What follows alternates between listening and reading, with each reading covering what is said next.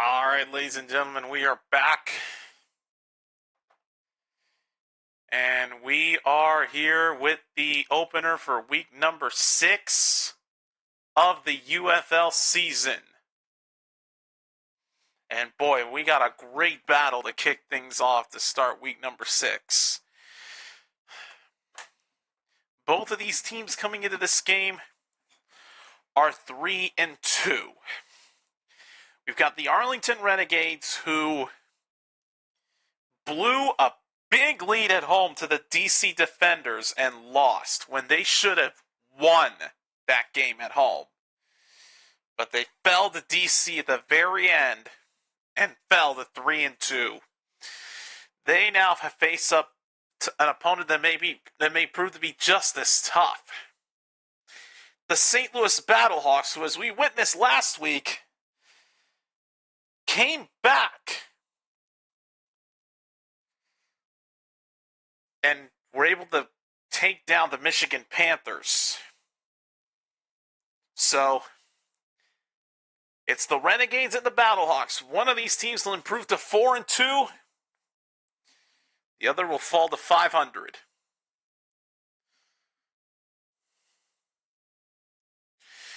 So,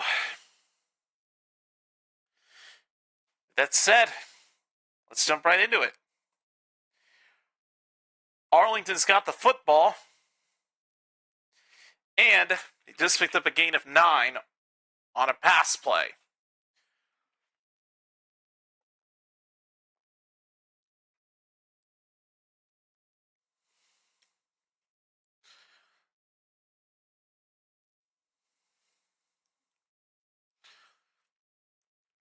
Here's a second down play as they go for a run. And the Renegades do not get the first down.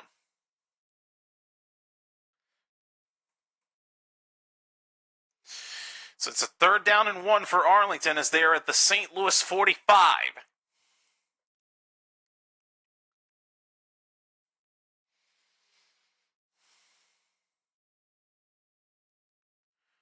Quarterback Perez sneaks it forward and will pick up the first down for Arlington. All right.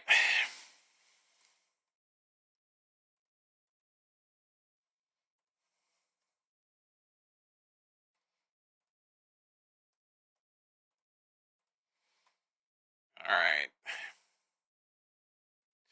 So,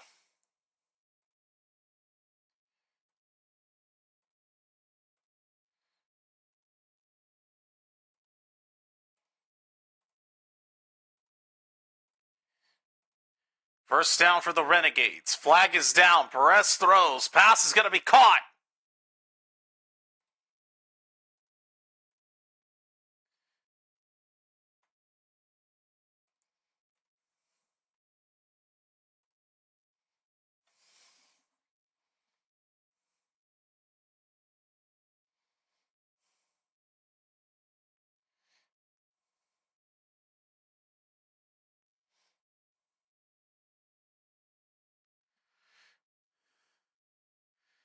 A catch is made, but it's coming back.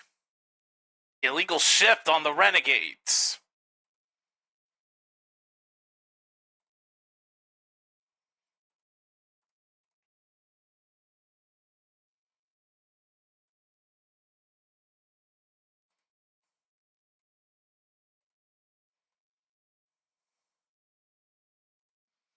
First and 15. They go with a handoff. He finds some room. Good run. Looked to be about a gain of 12. That is the running back, Kalen Ballage. So a gain of about 12 on that run brings up 2nd down.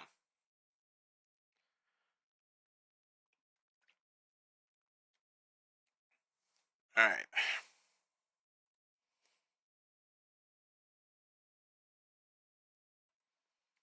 2nd down and 4.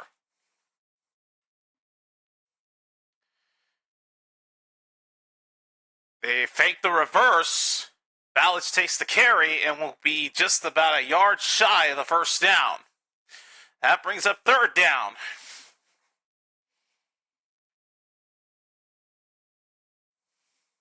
And I can't even remember the last time I did a Renegades game on stream. I think the last one I did was when they faced the Brahmas in week 1.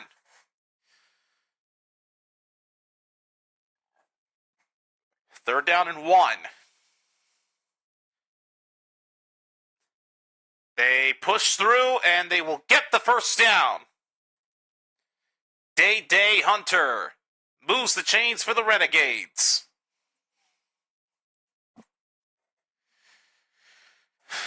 It's amazing the wins that the Renegades have picked up. And keep in mind, these two have faced each other before. A few weeks ago, they faced against each other at Arlington, and the Renegades beat them. But now that they're in St. Louis, it could prove to be much tougher. First down from the St. Louis 32. They got to get the playoff, and they're not going to do it. Nope, they don't do it. The flag gets thrown. This should be a delayed game. Wouldn't have mattered. Even if they let the play go, it would have been a loss of 2.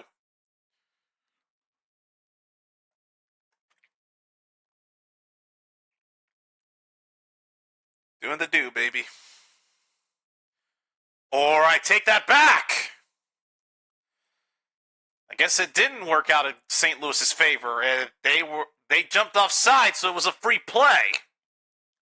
How about this for a stat? The Renegades have gotten 16 points on opening drives this season, most in the whole league. So it becomes a 1st and 5 for Arlington after the penalty. So that'll move them to the 27-yard line.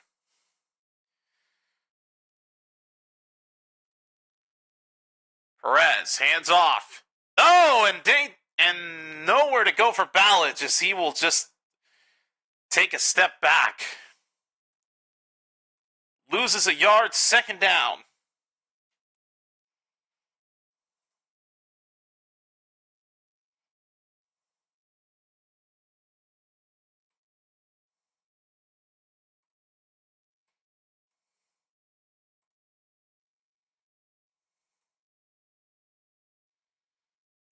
Second down at 6.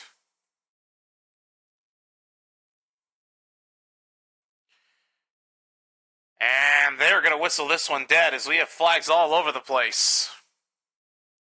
Another false start on the Renegades. Another one? No. This is their first one that I've seen, but that false start now basically negates the offside penalty. That becomes 2nd and 11 for the Renegades. The false start penalties have come and haunted them. 13 false starts on the year.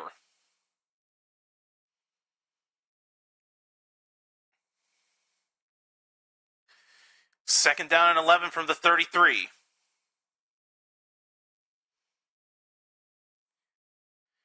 Perez steps back to pass, throws over the middle. Pass is going to be caught and taken to the 26-yard line.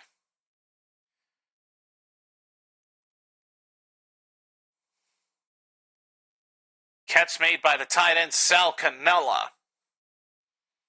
They'll bring up a 3rd and doable for Arlington.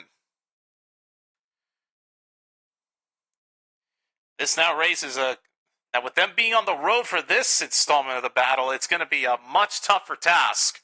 Because that crowd in St. Louis is very hot, especially on 3rd down. Perez wants it all. Pass is caught! Touchdown! Whoa! Lawan Winningham gets the touchdown for the Renegades, and they've scored on the first drive. Wow, what a start for the Renegades. That completely came out of nowhere. I don't know, though. It looked like he stepped out of bounds and then back in. I mean, wouldn't that draw a penalty? Guess not, because the points are standing.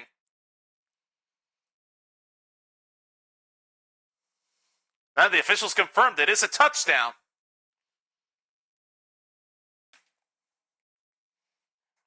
If I'm the Battlehawks, though, I would use the super challenge for this. I mean, Whittingham stepped out and then back in. And I'm saying this as a Renegades fan. That should be a penalty.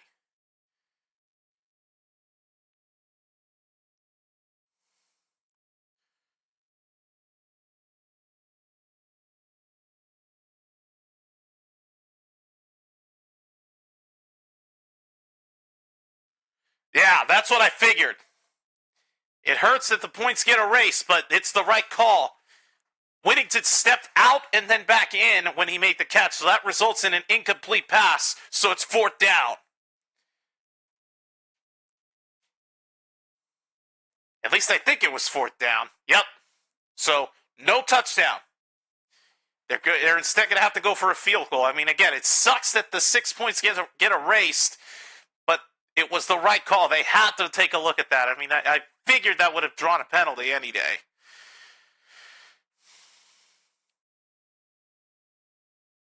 The 44-yard attempt by Havrisk is good,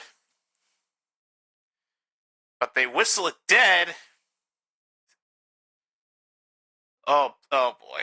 Please don't tell me the Renegades are going to use their super challenge on this. It's not going to work.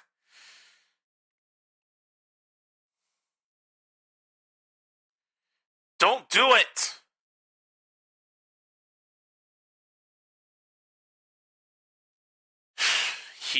He really thought about it.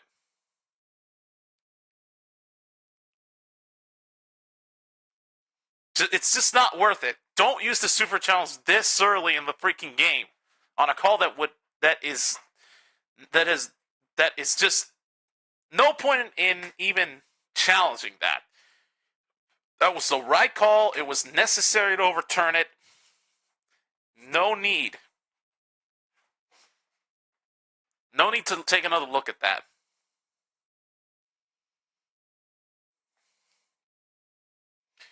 All right, so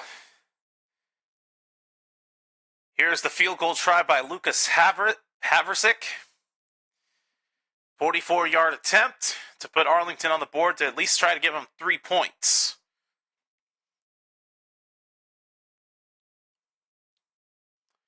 Good snap, good hold, and he missed it. And they get no points instead of 6. Wow. Because that coach stopped the kick, which would have been good on the first attempt, the second attempt is no good.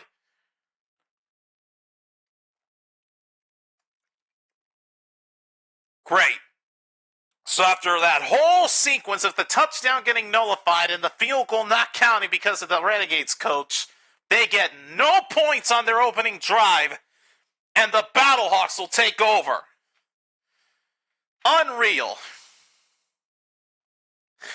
They did everything they could to not score that opening drive. Like, what were they thinking?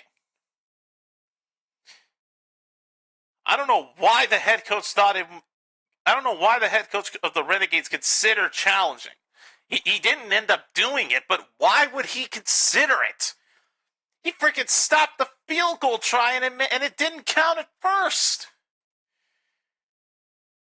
The coach basically iced his own kicker. Like, jeez.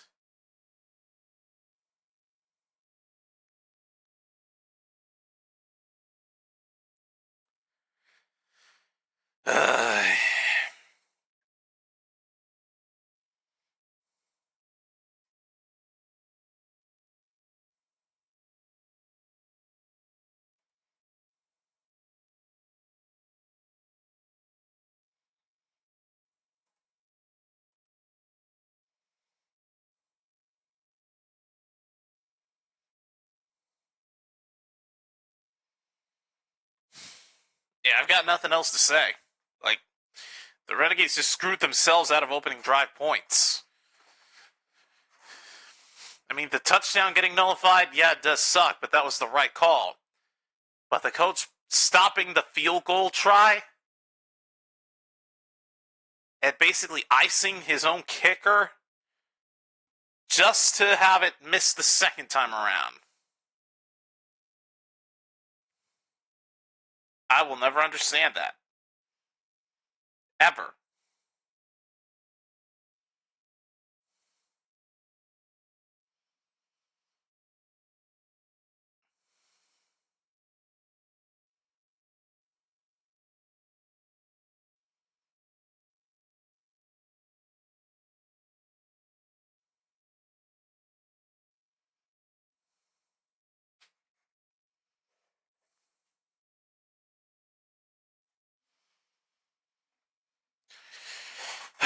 Alright, so now it's St. Louis's turn. Last week against Michigan, Max Duggan went 9 for 12 for 124 yards and a touchdown. Again, Arlington beat the Renegades at home the last time these two teams faced. We'll see if they can repeat here on the road. Here's Duggan on first down. Throws to his left. Pass is caught and a tackle broken for a first down right out of the gate.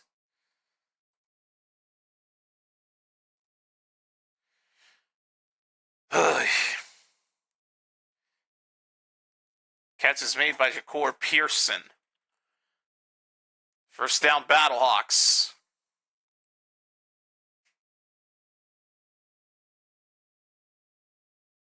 Now from their own 45.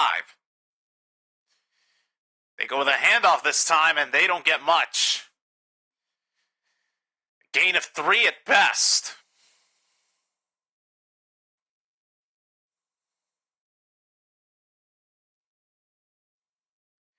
Handoff to Jacob Sailors. They only get 3 yards. Second down.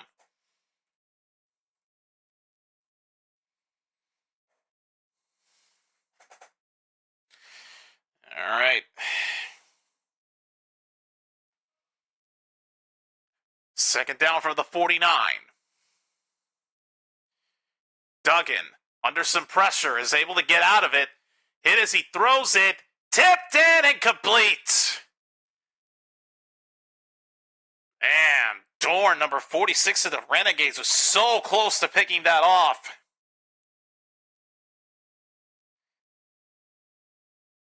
Miles Dorn, oh my God, he was right there, man. Oh, could have had a diving pick. Oh, he was so close. It's incomplete. Third down at 6. They just get the snap off in time. Duggan throws. Broken up!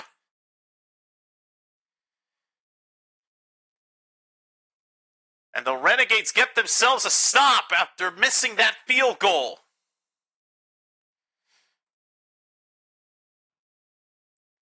Jamar Summers with the pass breakup.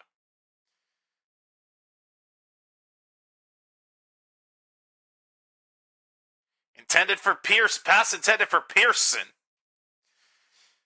But Battlehawks are unable to do anything. They will have to punt it away.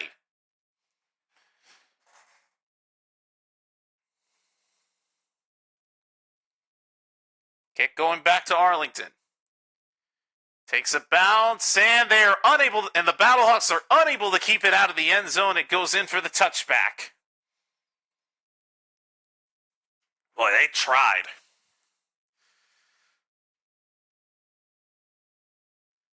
Jesus Christ, that's a good shot of Perez with a cowboy hat. He actually rocks it.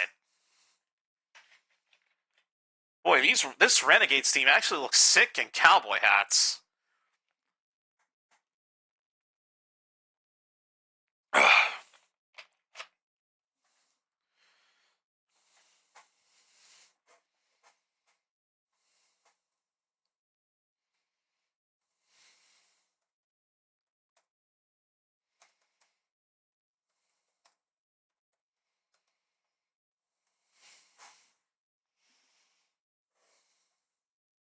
Oh, shit. There's a Sky Riziad.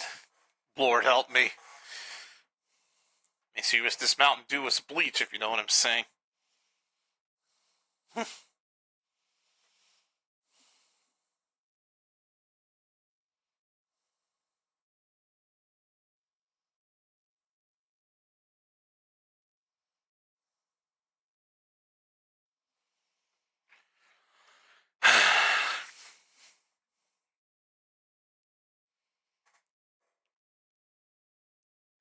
Susie, you're in there, dude. Just check DMs when you get a chance.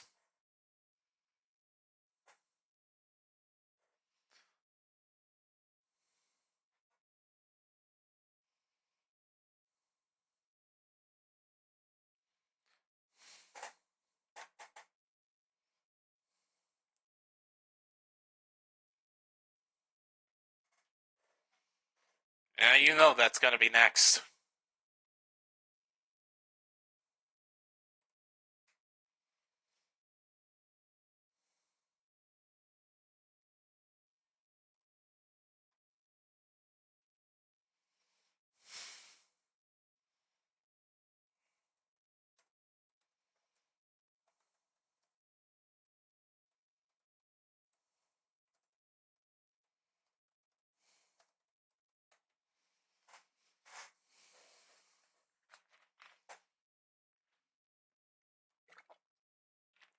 All right, guys. Oh, they're gonna give us the the body cam view of Jerome Cap, the man who tried to keep the football out of the end zone to avoid the touchback, but he couldn't do it. Well, he tried. All right, let's bring in my good buddy.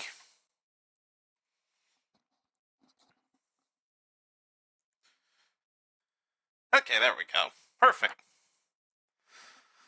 They had to do a steroids, yeah, didn't they? Yeah, shoot me. Hang on a second. Let me make sure my levels are good. I had to fix them last time. All right, first down for the Renegades from their own 25. Oh, I'm an idiot. Here's the handoff, and that doesn't work. It only gets 2 yards.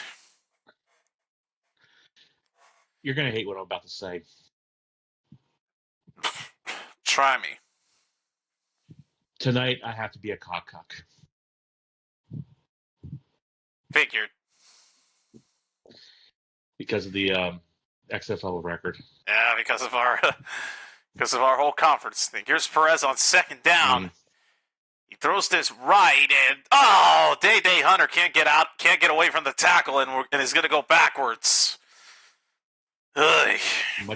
Much as I hate to say it, in fact, I got a bar of soap here right next to me, ready to put in my mouth. Wash it out with an alcoholic drink or something. Don't use soap. Don't torture yourself. Alcohol, unfortunately, I don't have any alcohol in me. Unfortunately, I just got Gatorade. Well, you can use that. I mean, it's you don't have to torture yourself with soap. I like torturing myself. Well, true. And as the play clock winds down, the Renegades have no choice but to burn a timeout. It's going to be third down and forever for the Renegades in a moment.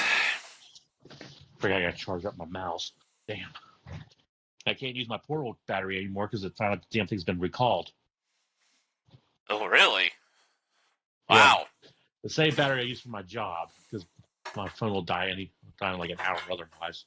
It's been recalled due to a potential fire hazard.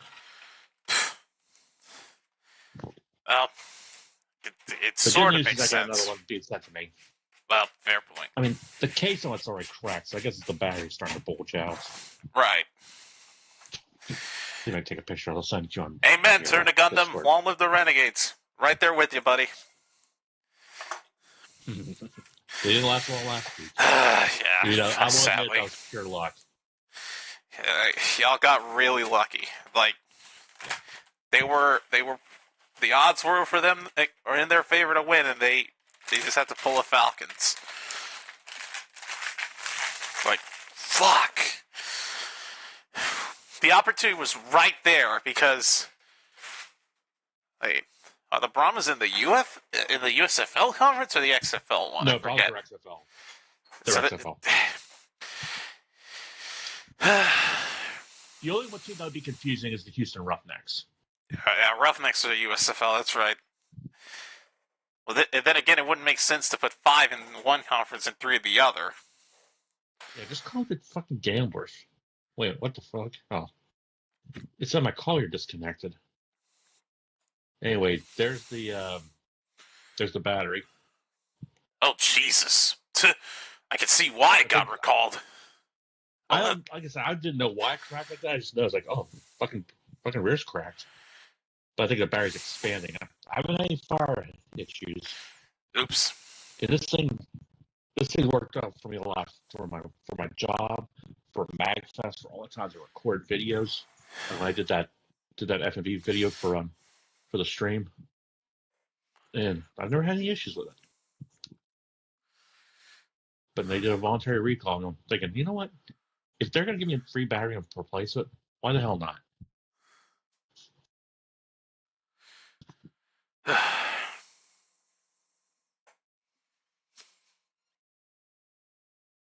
going to switch over during ads because there's hockey tonight. Let's see. Oh, Winnipeg and St. Louis are playing. I don't want St. Louis to win this. And they're up 1-0. Good. We'll see in terms of hockey. Avalanche, Yeah, well, the Avs tied it up last night, so that series is going to Game 7. Yeah. So I'm excited about Winnipeg, because even with Scheifele hurt, they scare me. 3rd and 9. But I got to deal with Carolina first. Restos is right. Good catch! First down! Oh, he had to come back for that one. First down, Arlington. Isaiah Winstead makes the grab. First down, Arlington.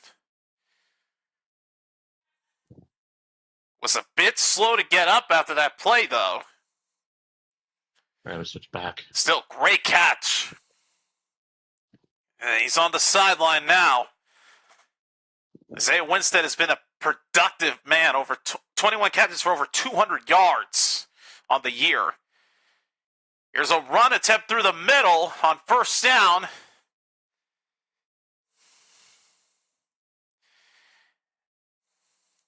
All right, I'll admit that catch they got to get the first down. I'm surprised it wasn't a pass interference call because it looked like he tried to yank your receiver. Kalen Ballage gets 6 on the run. Yeah, you think there was defensive PI on the Battlehawks there? Yeah, he literally tore his arm. Maybe that was why he was slow to get up. Second down and 4. Back to Ballage. He pushes through and will be about a yard shy of the first down.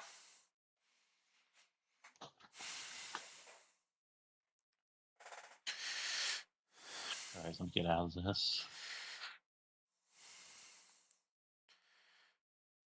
All right, 3rd down and 1 from the 50. Ballage pushes through. First down. It looks like the gods have spoken. We're having persona tonight. Ooh. The voices are back. Field better be happy because there's going to be gameplay. Amen.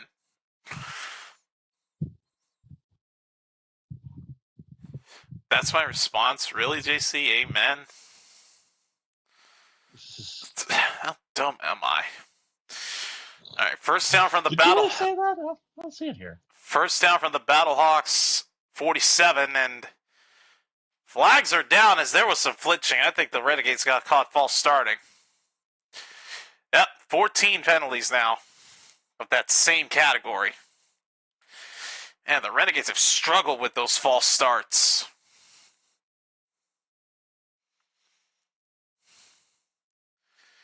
Fourth penalty on Arlington tonight. What the hell's LG saying? Omni ADF? What the fuck? I've never heard that before.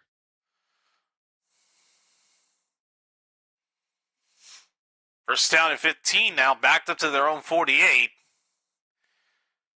Perez steps back, throws to his left, incomplete. And they throw a late flag at the end. Oh, shit. They may get the Battlehawks for interference here.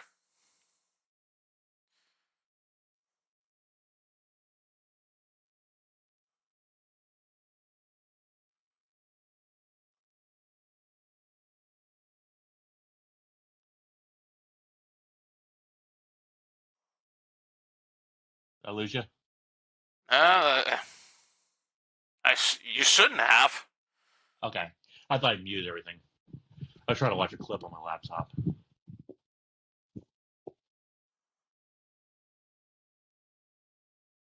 Yeah, that was another one that went out of bounds. Yep. There's a flag. Wow, there were 2 penalties on the Battlehawks. What? There was pass interference and then roughing the passer. Perez got a hand to the head as he threw that football. And all I saw was the receiver run out of bounds. Oh shit. Yeah, the PI penalty got declined. They accepted the roughing the passer penalty because that was a personal foul. So the Renegades are going to get a first down and 15 yards with it. They're now at the St. Louis 37.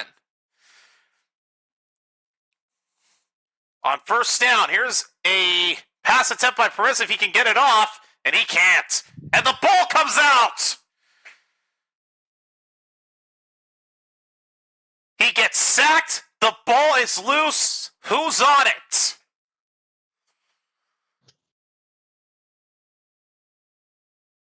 St. Louis has it. Dadgummit.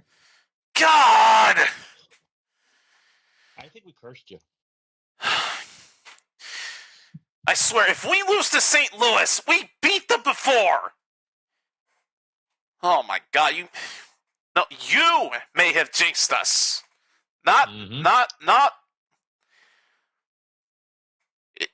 It's not a whole group, it's just you. Unbelievable. Strip sacked, loose ball, Battlehawks pick it up and they take over. God, this is just like last season. I'm trying not to be an asshole, but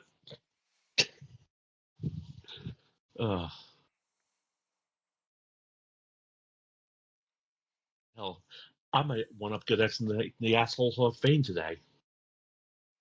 They went on a rampage last night because somebody a scammer tried to call her at 1 a.m. Oh, God. Yeah. So let me see what Good X told me.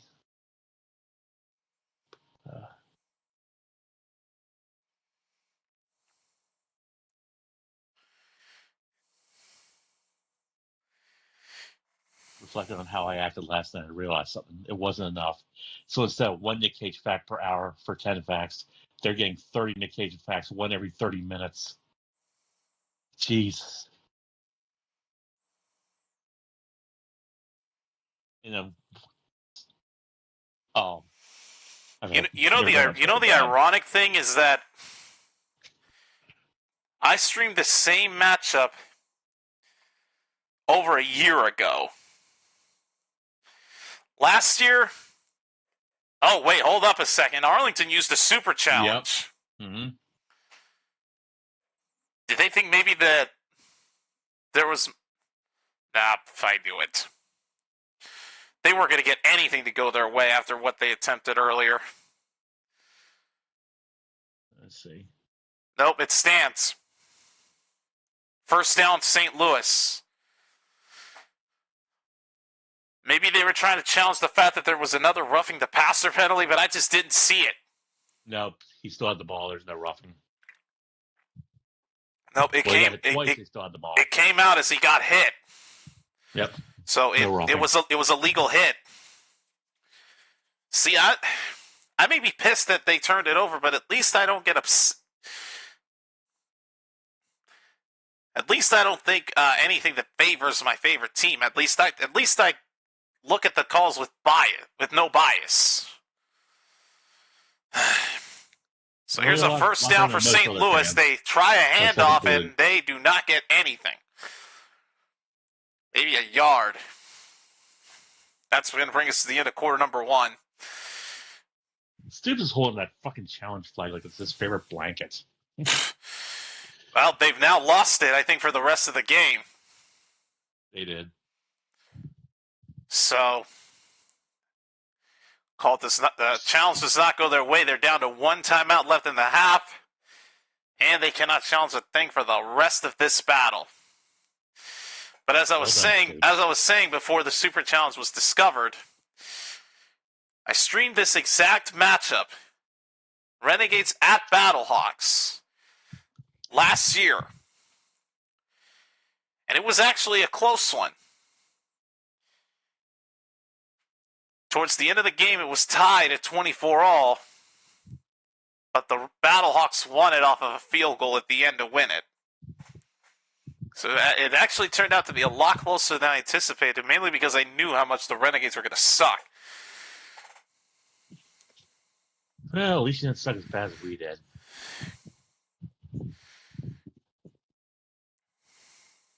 I mean, 4-6 record. I was not happy with that. We were no better. We may have had. I think we had a worse record than you did. I did. I thought we were worse. Maybe y'all. Maybe we have the same record. I have no idea.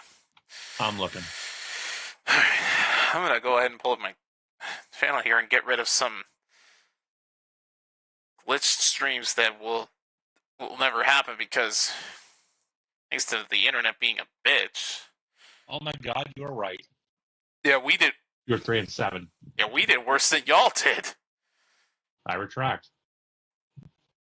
And damn, her Blues almost scored. Okay, audio, please stop lagging on me. Jeez Louise. Oh, please fight. Oh, it might happen. Oh, shit. Is there a fight unfolding? Nah, unfortunately, I got held up. I want to go back to the good old days. Back to the days of the Good Friday Massacre.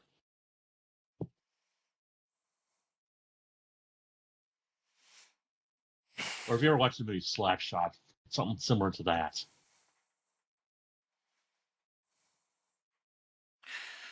I need to watch that film again. I mean, my mom, rest her soul, grew up in the town where that film was shot.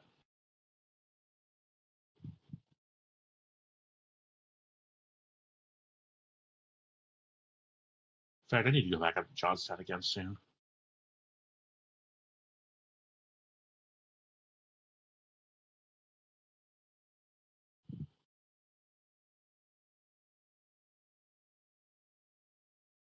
Unfortunately, that's a film. Well, I shouldn't say unfortunately, because maybe it's a good thing.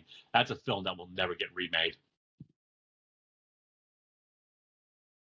And if they do, they'll ruin it.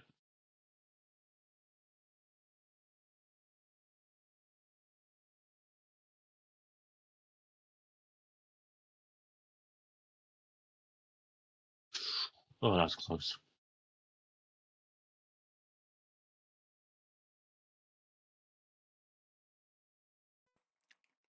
All right, second and 8 for the Battlehawks as we start the second quarter.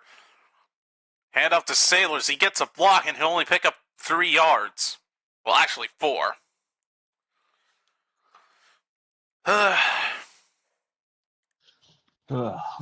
Jesus Christ. 146 rushing yards per game, 32 rush attempts per game, and 9 rushing touchdowns.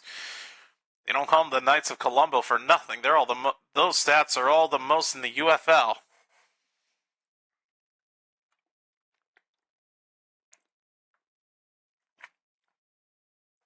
All right, third down and 4 from midfield. All right, I'm switching back. Duggan steps back, throws to his right, and it's a first down. The catch is made.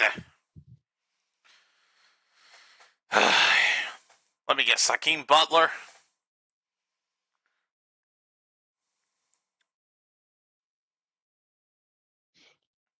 Nope, Blake Jackson.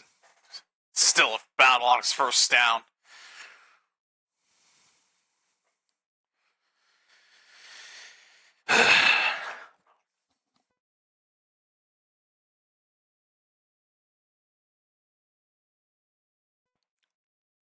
First down from the Renegades 41.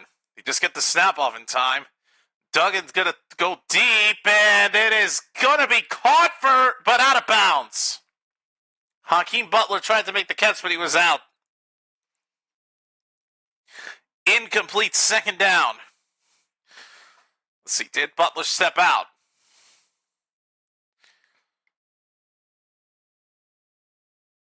That angle's not going to do it. Oh, yep, he got one foot in, but not the other one. That's incomplete. Make sure your mic's not muted, by the way. Second down for the 41, and they barely got the snap off. Duggan's under pressure. Down he goes. There's a sack for the Renegades defense. That's a huge sack. That's going to push them. I think that's going to push them back near their own territory.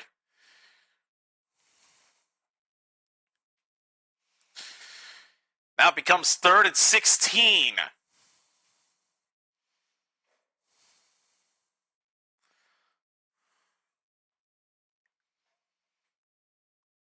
Play clock down to 1. They just get this snap off. Duggan under pressure again. They get him again. 2 straight sacks for the Renegades D. That's how the defense makes a statement after the turnover. I'm surprised they didn't call a delay on that. I'm surprised. This play they got. Well, the second down play, yeah, I'm surprised they didn't. The third down one, it makes more sense. Yeah, the count was at 0 on the second down. And keep in mind, I'm always a play behind. Yep, true. Keep forgetting that. I think with those 2 straight sacks, yeah, they're out of field goal range. They got to kick it away. I'm not ready to see this. So Battlehawks don't come away with anything as they punt it back to Arlington. And the returner doesn't get much. Just 3 yards, and that's it.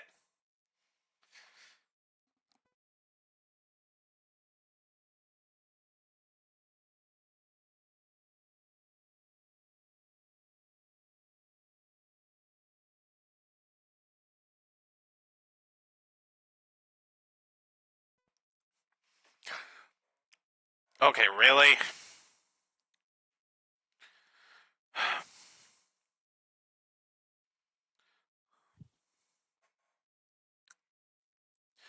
Who gives a shit that the Bells brought their Nuggets back? Like, I don't care.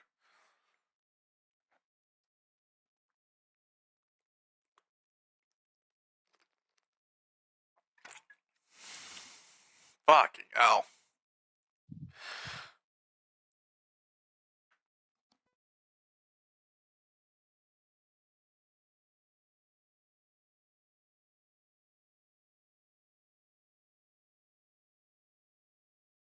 Oh, yeah, I got that ad now.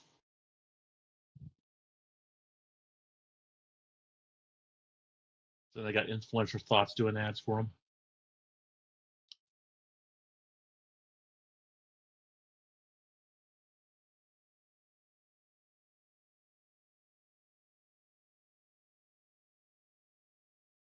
Jesus.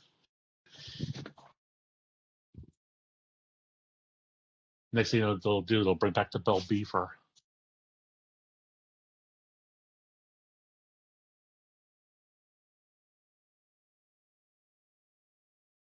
Oh, no. No, great. Pete Davidson, Mr. I'm Not Funny again.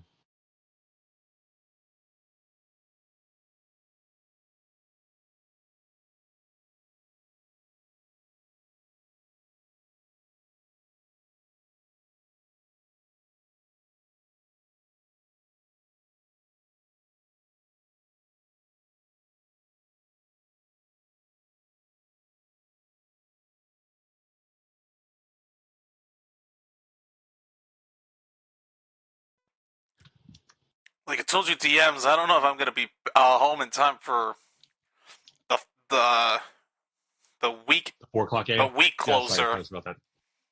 Yeah. Yeah, unfortunately, I'm not going to be able to renew my Hulu right away. Don't worry about it. In insurance. I'm going to be out working anyway, so I'll be listening to the game on XM. Unless I get pissed and switch over to NASCAR. Like I did last week.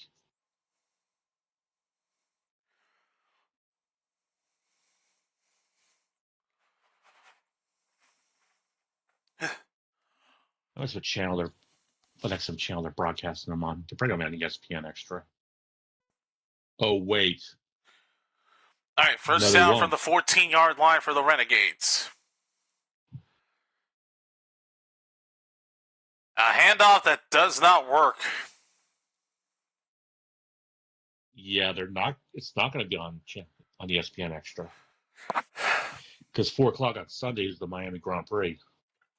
So I got that to stream or listen to as well. Fuck. All right, let me see UFL schedule. Only a gain of 1. 2nd and 9.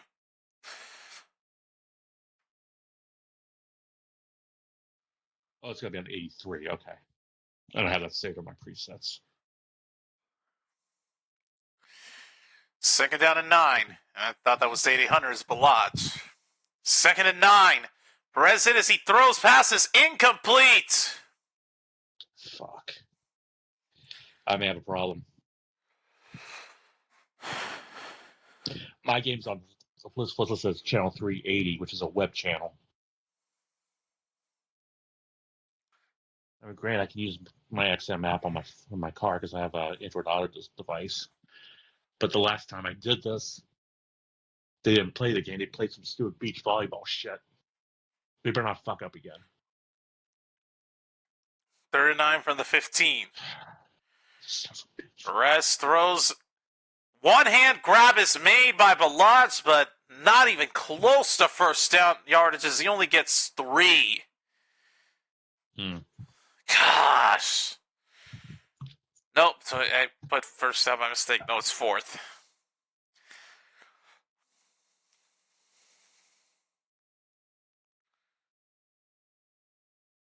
Ugh.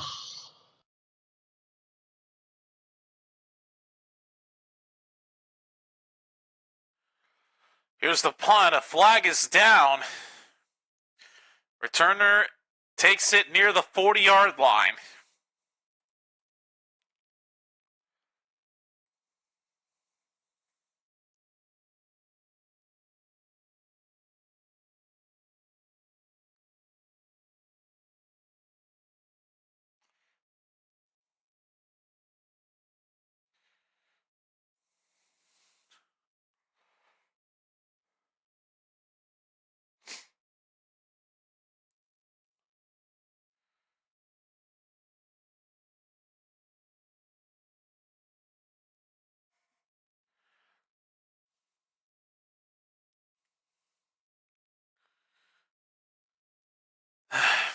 Penalty was probably on St. Louis and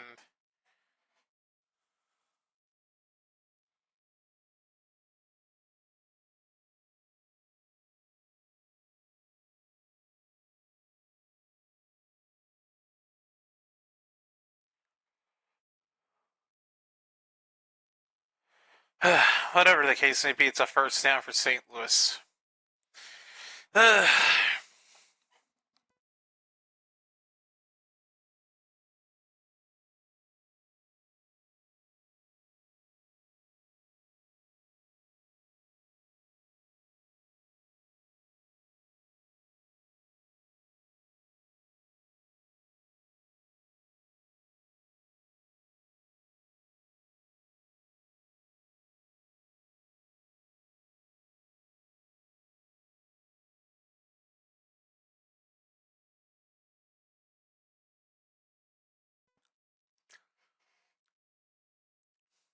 You know, I thought the Liberty Toddler ad was bad. Try an ortho pesticide ad that gives you a close-up of the pests. Yeah. That sounds like nightmare fuel. I forgot they're doing Tom Cruise another Mission Impossible film. We all know what I want. I want a fucking Les Grossman film. Make it fucking happen.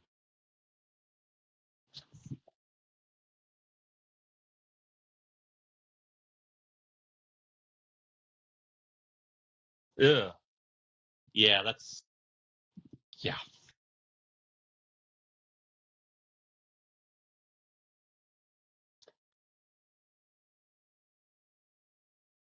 God, please kill this after fire.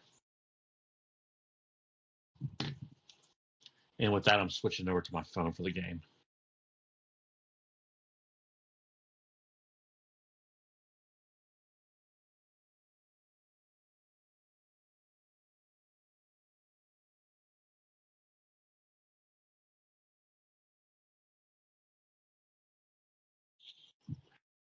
The hell?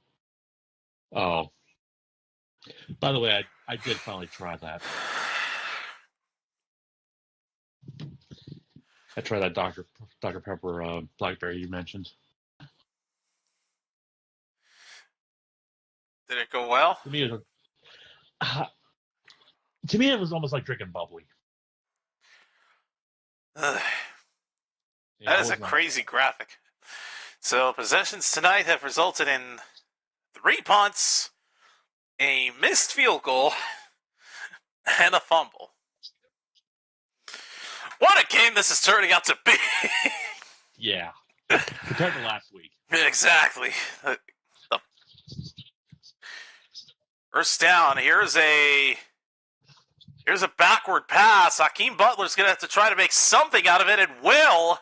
He only gets 3 yards, but he turns what would have been a really negative play into a positive one. All right. I got to turn that down. Yes, you do. We hear that loud and clear. Yeah, I saw the little Far Cry 4. You know, I always make fun of being killed by a moose. Try being killed by a honey badger. You mean Tyrann Mathieu? 2nd and 7 for the 48. Yeah. And Duggan running for the first down is what I get for saying that dumb joke. Yeah. Let's put it this way. We know the line about the moose, right? Even injured, a moose is going to be a very dangerous creature. That's not what Far Cry 4 does about killing a rare honey badger. You hit yes. Are you sure? Yes. Are you mad? Yes. Any last words? Yes.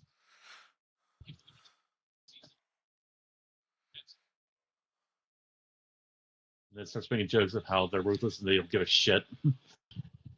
Which I didn't know when I first played this, that it was a fucking meme.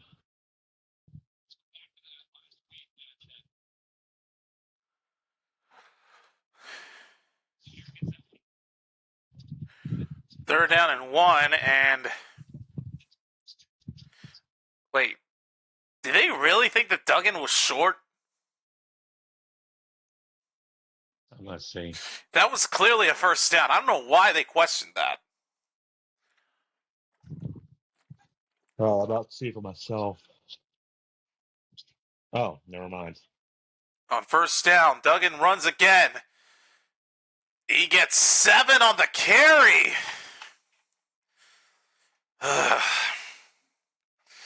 This is 2023 Dallas Cowboys all over again. They can't stop the damn run.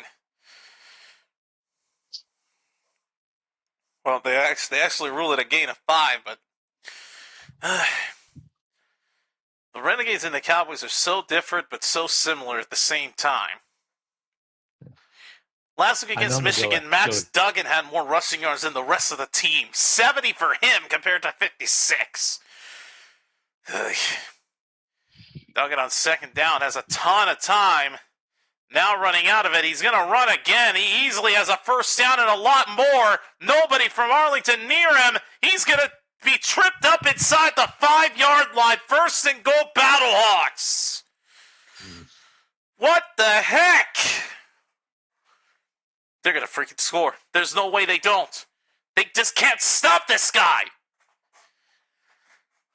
They gave Duggan a ton of running room, and there was no looking back.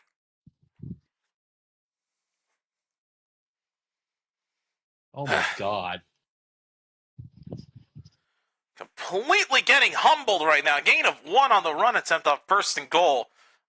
I just don't understand. The whole defensive unit for Arlington got exposed.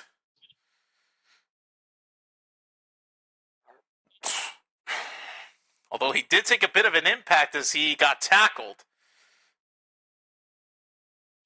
Where else was getting my...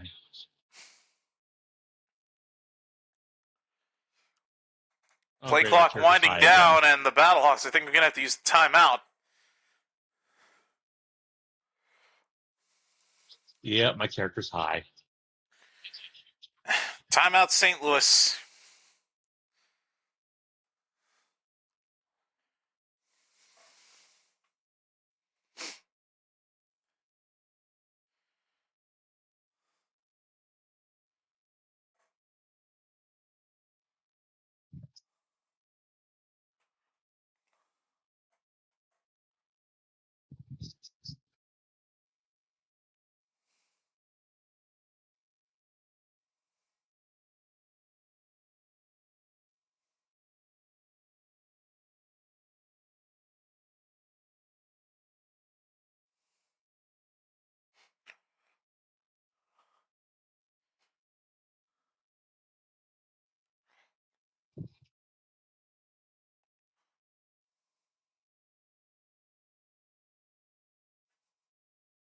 Let me guess. He gets us now? Of course.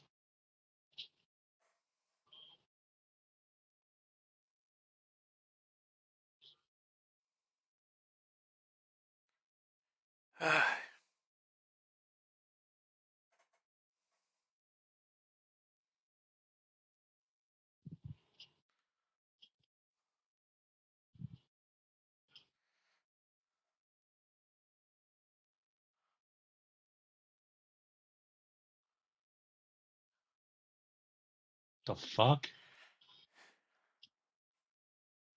Yeah, I like to know what he gave me too, and I'd like to try to shut out for myself. Basically, my character's now high.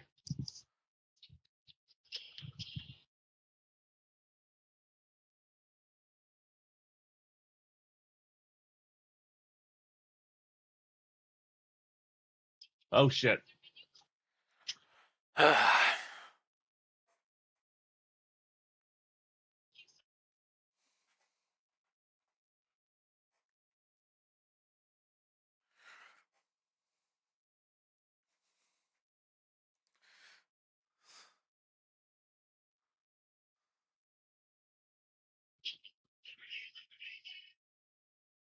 Oh god, he's just liberty. Oh, please kill I heard me. the jingle. Yeah,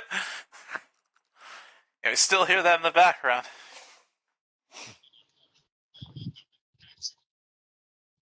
Oh, it's my phone. Jesus. I was just like, how do you hear my headset? Good God, I job. hate idiots. I am a fucking moron. Second and goal. So I'm not really high. I'm just high on the And, game. he doesn't get it. Sailors get stopped at the line. Third and goal. I will be very surprised if Arlington gets a stop here. They've already done it on 2 plays. This may be 4 down territory, knowing how aggressive St. Louis is. Yep. If they don't get it here, I wouldn't be surprised if they went for it.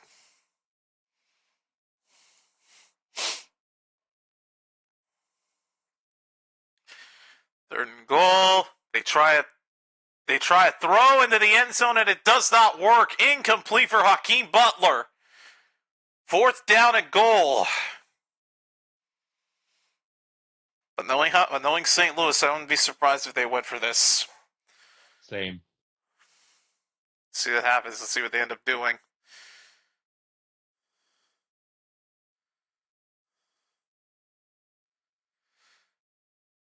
The hell?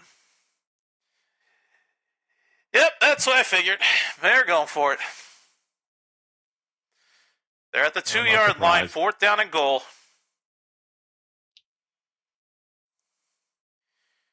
Duggan looking to pass.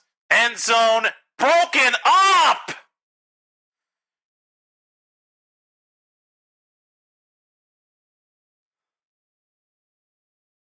Wow.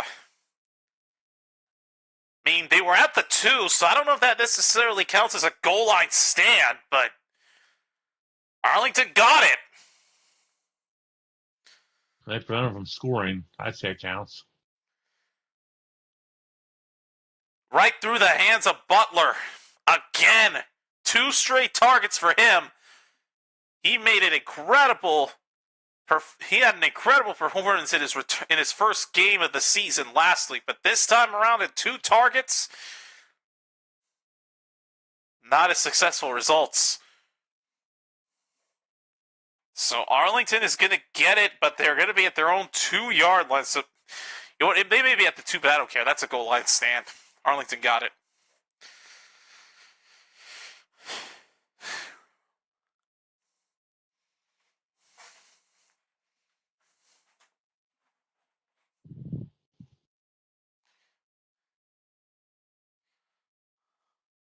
Oh shit.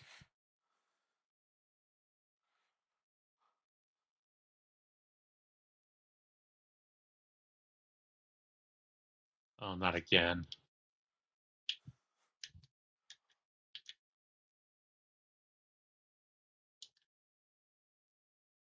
God damn it.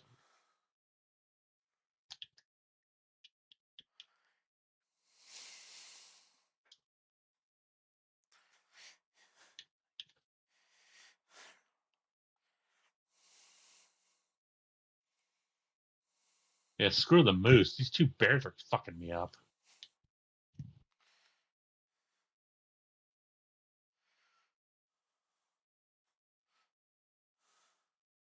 I'm not fucking wrestling that.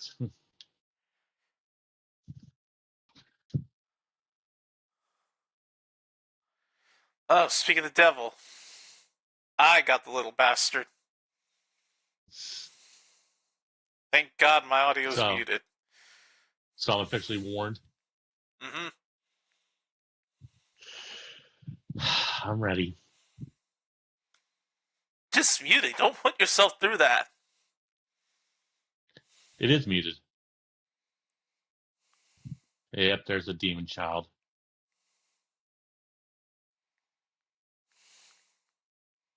It's a fucking hell spawn.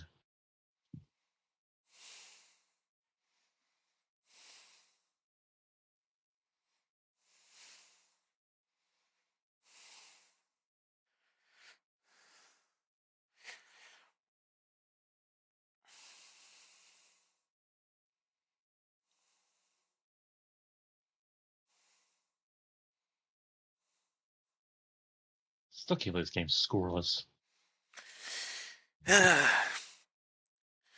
Renegades don't have a lot of breathing room. They may have gotten the goal line stand, but like I said, they're taking over from their own 2-yard line. So it's going to be tough to try to get themselves some real estate.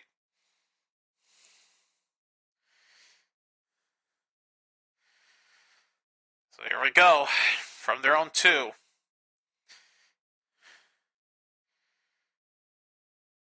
They risk it with a run, and they get a little room. They get 4 yards on the run. That is Ballage. Alright, so they're now at the 6-yard line. And it's 2nd and 6. Irony.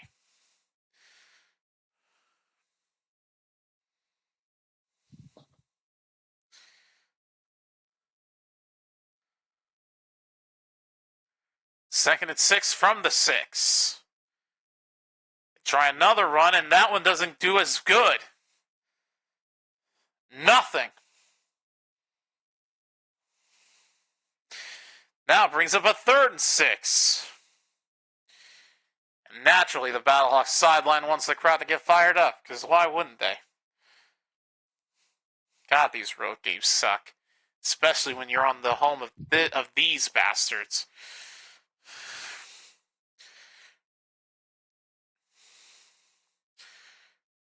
Third down and 5, as it turns out they actually picked up 1 yard. There may have been a false start.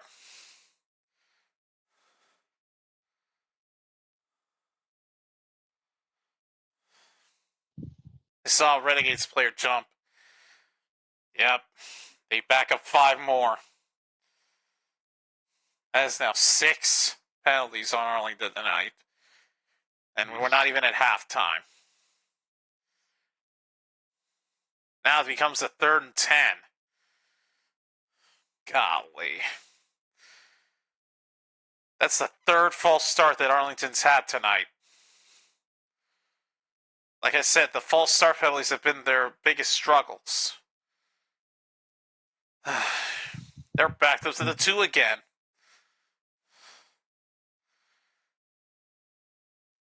Perez hit as he throws. They're going to get him for grounding. That has to be. No, they rule incomplete. I said, I was grounding. Would that be considered a safety?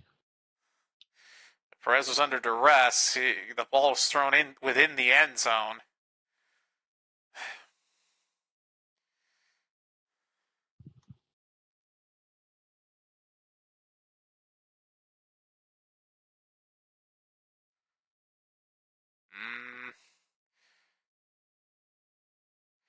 Perez threw it right before his feet touched the back of the end zone, so no safety there. Just an incompletion. As I figured, Renegades had their work cut out for them.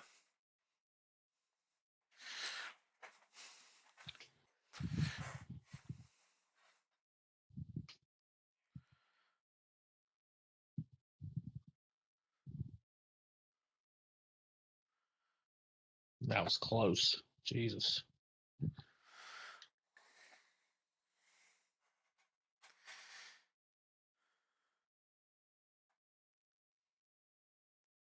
Careful with the punt. Oh, they get it off.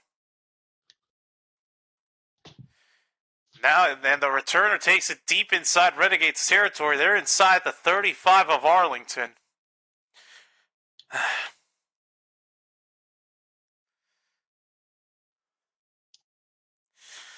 First 3 possessions for St. Louis, 2 straight punts and a turnover on downs. They've got their best starting field position yet.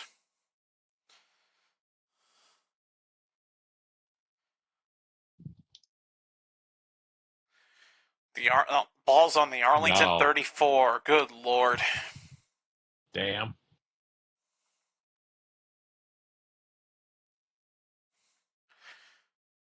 First down, handoff to Jacob Sailors on the run, and he'll get 4 yards.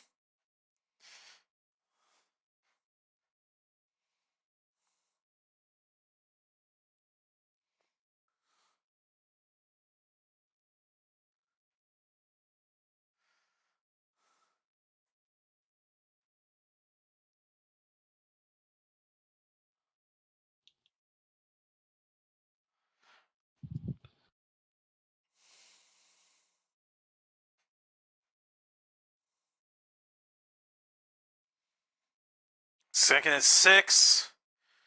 They get the snap off. Duncan throws. Broken up at the last second. Boy, they are covering Hakeem Butler very well. They saw how much damage he did last week against the Panthers, and they are covering him like a hawk.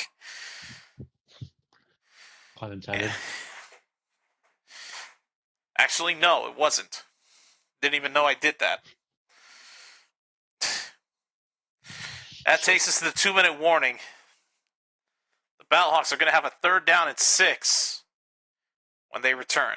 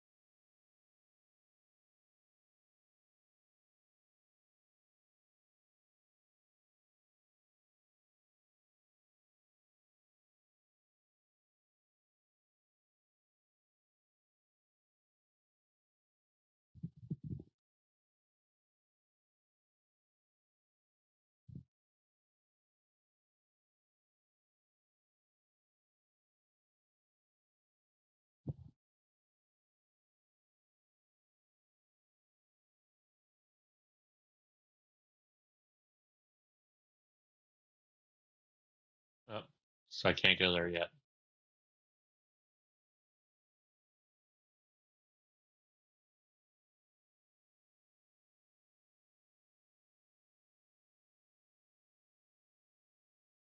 Shit.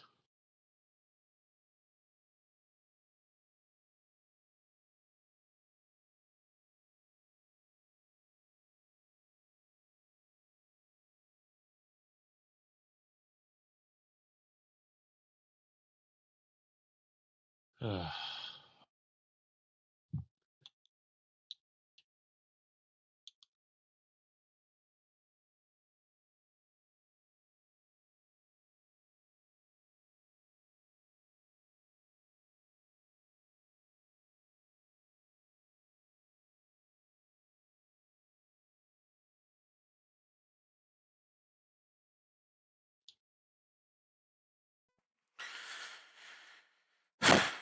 Okay, coming out of the 2-minute warning. 3rd and 6 for St. Louis.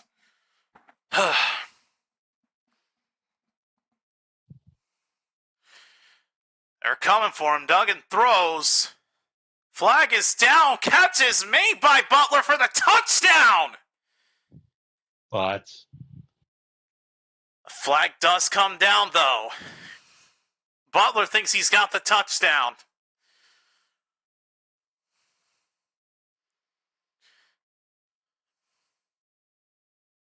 And he does. Offside on the Renegades. Touchdown, Battlehawks! Great. So Arlington doesn't get the first points of the night. St. Louis does. Lovely.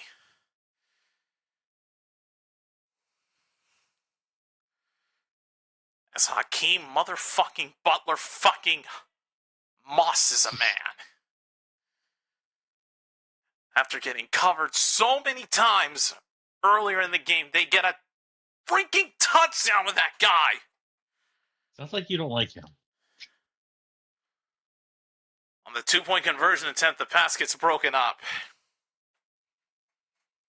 Golly. I mean, last week, I was happy for the guy. He's shown in his return against Michigan. But this week, I just don't.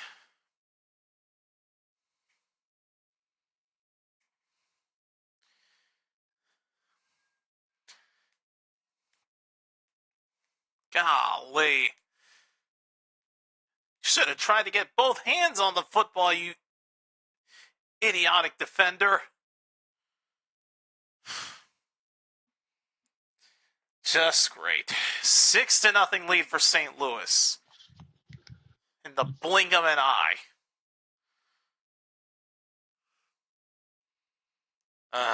This is just great.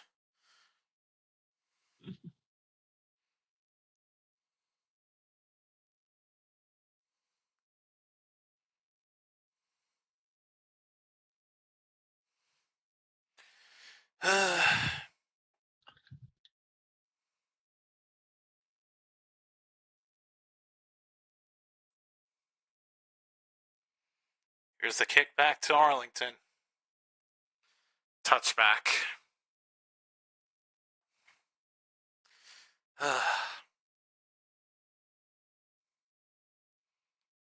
Oh, naturally they have to get an interview with the guy. Why not? Only mossed my fucking team for that thing. Yeah, they let that insult. 3 catches for 154 yards and 3 touchdowns, including tonight. So I think at times ESPN is worse.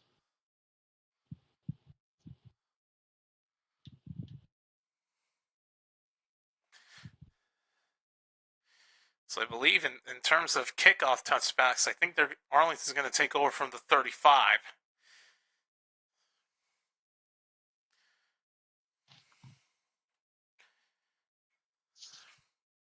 Yep, that's where they start because it's a kickoff touchback. All right, first down from the 35. They get a little bit more breathing room. Option handoff, and boy, he just gets spun around like a helicopter behind the line. He may have lost 5 yards on that attempt. Resser just went for a pass. I don't know what he thought was going to happen with that handoff.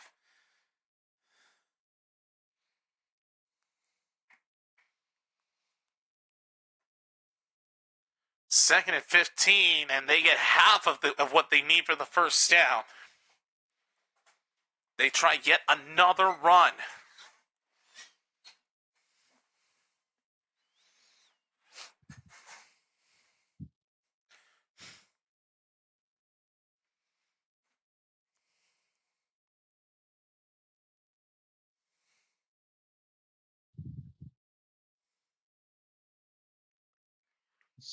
Third and 8.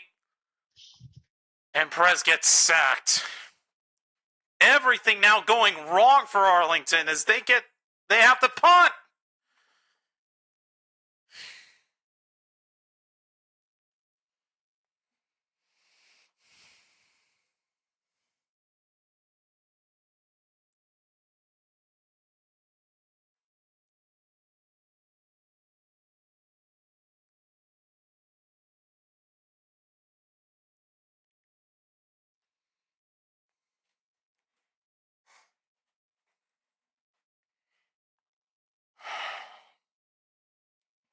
This is just like last year's game all over again.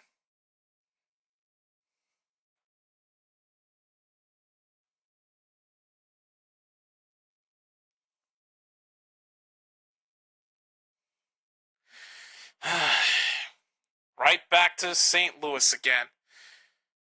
Probably going to get another touchdown on our asses. Who gets the ball in the second half? Thankfully, we do.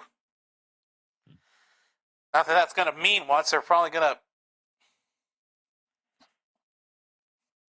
They're probably going to humble the crap out of them.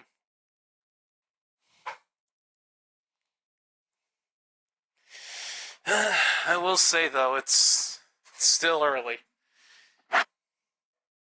Yeah, you weren't down by just one by score. 15. Keep that in mind.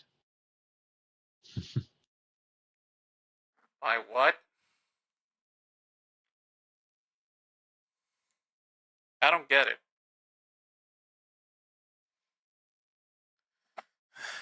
First down. Duggan throws to his right. It's going to be caught. Making a bunch of Renegades miss and takes it to the 49. They may be able to get a freaking field goal out of this.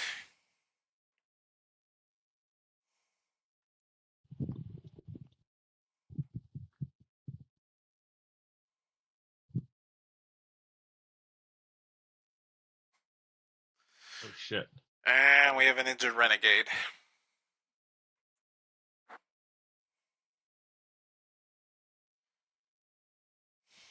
Timeout, Battlehawks.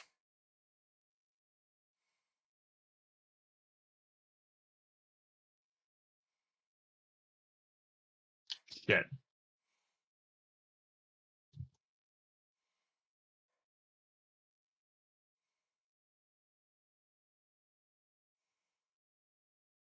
Fucking sniper. Jesus.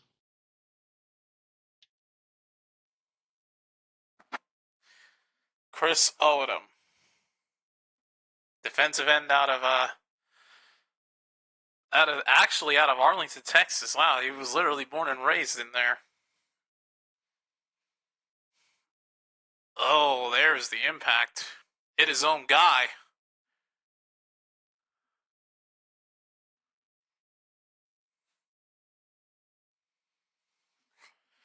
All right, first down.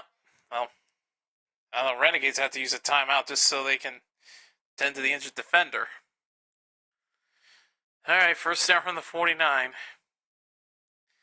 Duggan throws. Oh, what a surprise. Another first down. Same exact player.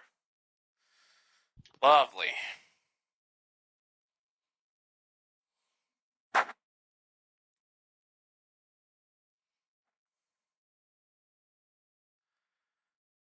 Now they're at the Arlington 38.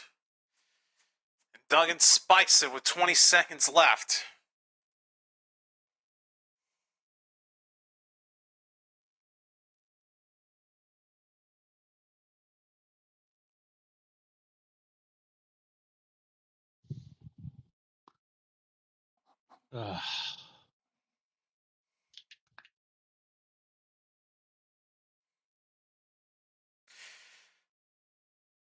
Is this a joke? 4 total yards this quarter for Arlington compared to 112 for St. Louis. Are you kidding me? I wish I was joking. Second down, the pass gets broken up by... Duggan's pass gets broken up. Third down. 4 total yards for Arlington in this second quarter. What the hell? Where's the high-powered offense we saw throughout these last few weeks? Hell, where was the offense when they faced San Antonio in week 1? Where was this high-powered offense when y'all destroyed them the last time you two faced each other? Oh my God, I can't deal with this. I mean, I really don't... The Battlehawks are like the Philadelphia Eagles of the conference. Can beat them at home, but when it comes on the road, forget it. We struggle. 16 seconds left. Third down from the 38. Oh, they fooled them. They gave the football to Sailors. He takes it to the 30, but it's fourth down. Luckily, they have a timeout left. They can burn it, and they will use the final timeout with 2 seconds left. All right. Oh my God. All right. Now they're going to go for the field goal. Try to make this a 9-0 lead.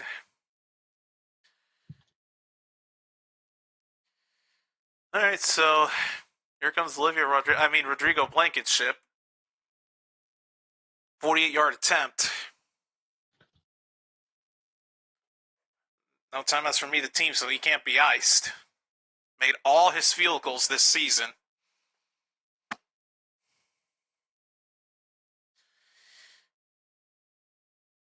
Good snap, good hold. And Blankenship remains perfect. It is good. 9-0 lead at halftime. And you're wrong. St. Louis gets it to start the second half. Oh. So adding insult to injury.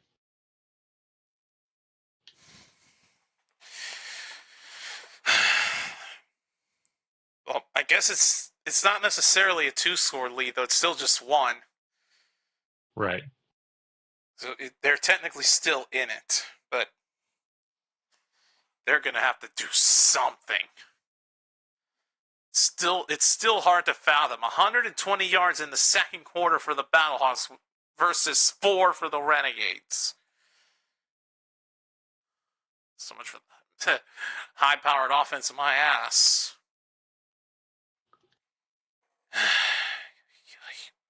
Oh, motherfucker. Where are these guys coming from? I'll be back.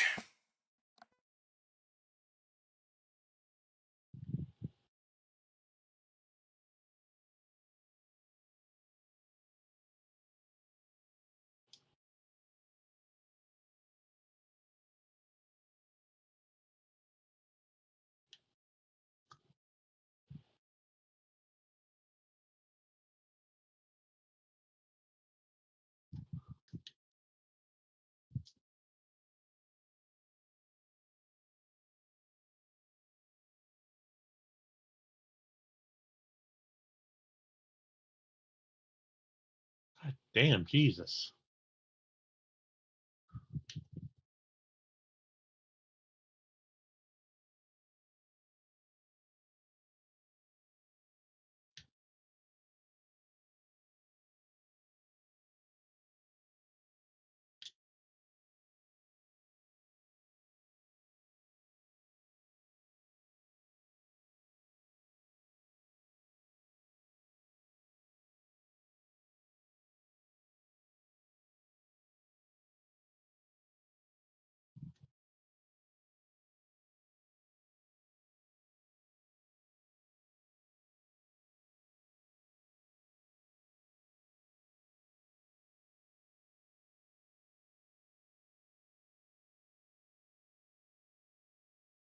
Come on, Jesus.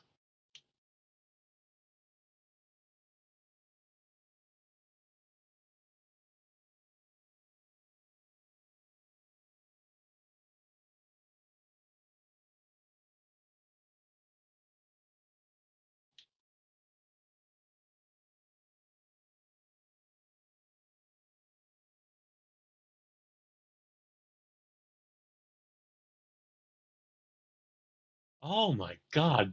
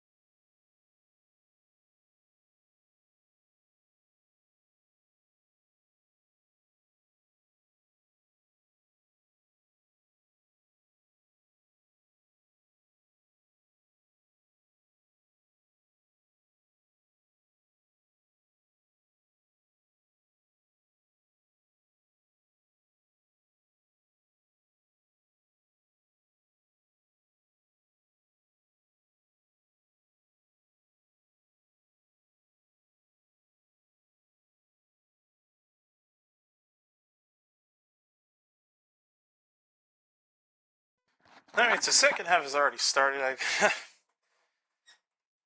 2 words for I why I was was wondering where gone. you were. 2 words for how long I was gone. 2 words for the reason why I was gone for so long. Laundry. Number 2. Oh, Enough said. yeah. Well, Battlehawks didn't do much with their opening drive.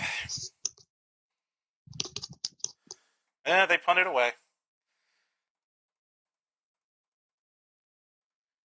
Here's the return and tackled inside the 35. Well, I may have missed the start of the second half, but you know what? You didn't miss much. I didn't miss much. Oh yeah, and since I didn't say it, away we go and we continue from St. Louis. Just Pretty much have to do it. That's my thing. yep. I also had to get the Persona stream ready to go.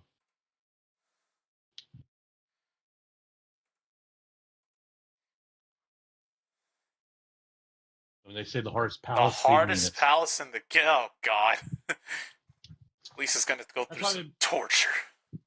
You notice I've been making comments with the word merciless in it, right? Yeah. Because there's a reason. The only way to beat that is you have to play it on merciless difficulty. Yeah. Yikes. And even then, it's a bitch.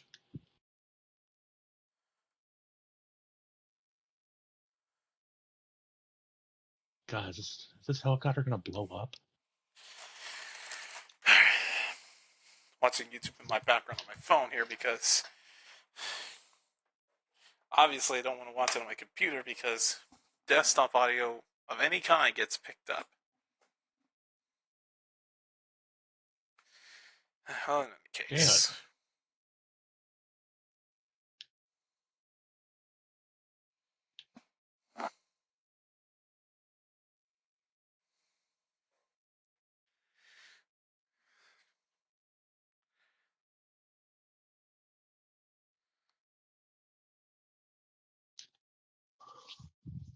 Oh my fucking God, are you kidding me?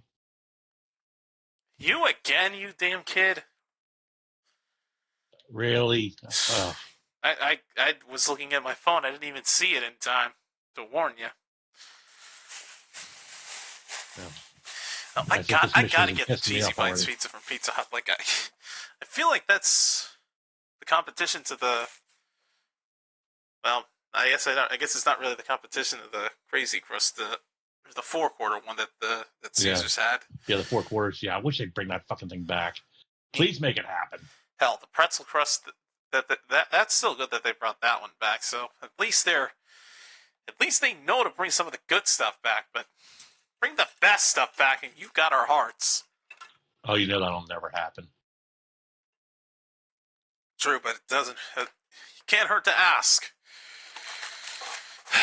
All right, I'm gonna open up this pack of cookies. Are you fucking kidding me? Jesus. All right, first down for Arlington from their own 37-yard line. Oh, there we go. That's what I need.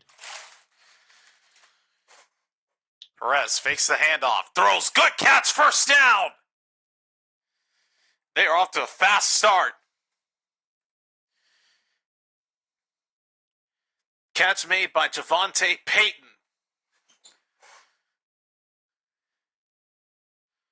Not going to say anything yet. It's just one play. But they do pick up a first down right out of the gate. Now from the St. Louis 46.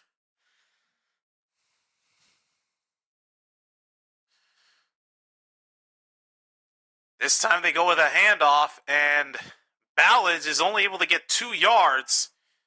Do have a flag down, however. Even that tiny run by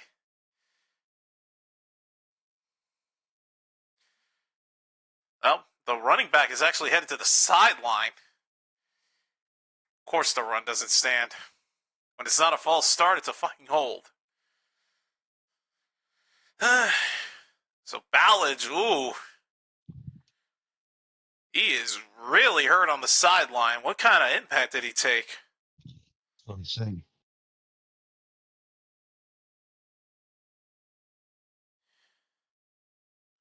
Oh, Yeah, he looks slow. that left leg of his. Ooh, the shoulder took a hit. He was getting tackled. First down from their own 44, and they try another run that doesn't work. Kalen Ballage, 9 rushes for 30 yards on the night. Currently on the sideline being tended to. I believe taking his place at running back is Day Hunter.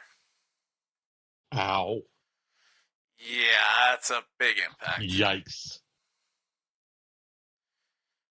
Loss of 3 on 2nd and 18 coming up for Arlington. The 46.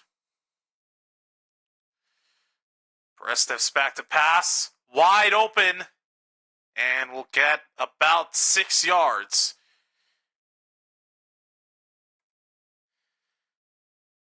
Making the catch there is Tyler Vaughns. 3rd down coming up.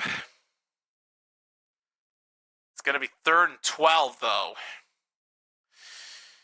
You know what I just realized? The St. Louis crowd on 3rd down are just as loud as the Detroit Lions crowds for 3rd downs.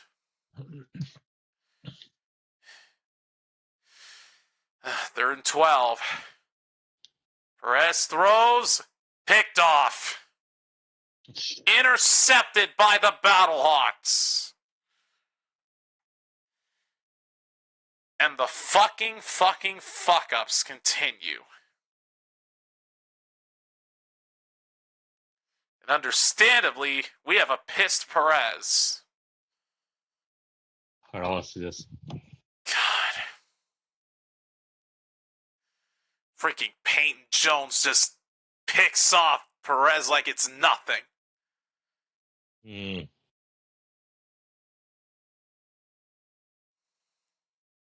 Had a promising start to the season, and what happens? Now we're just shitting the bed. It looks like he's going to cry. Losing to Birmingham, losing to DC. Now we're about to lose to St. Louis. We're going to lose to every team in the XFL conference once. We're not going to sweep a single one of them. Well, except Birmingham's in USFL, but still.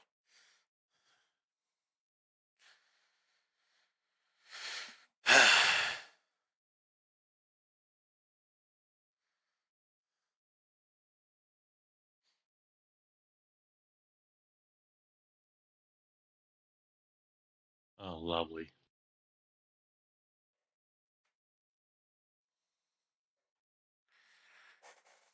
Yeah, we know another Disney film's coming to the theater. Another Disney live-action piece of shit's coming to theaters this summer. Who the fuck cares?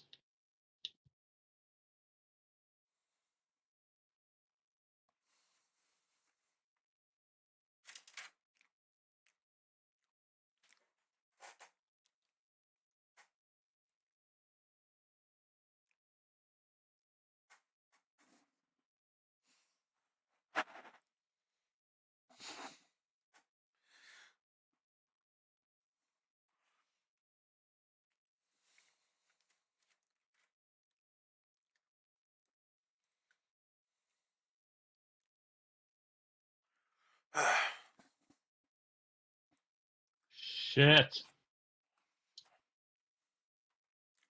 God, these fuckers just don't know when to quit, do they?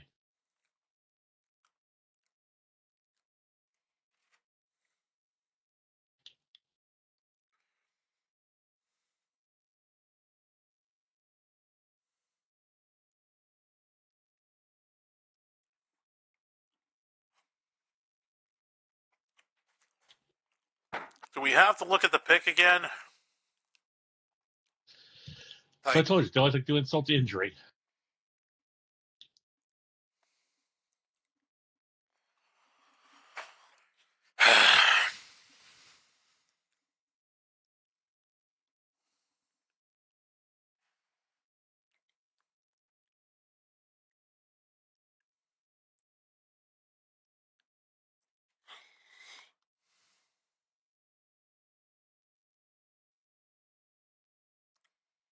Alright, now how the fuck did I get up there again? First down for St. Louis after the interception.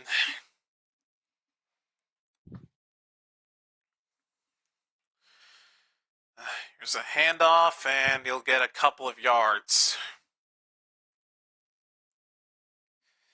Boy.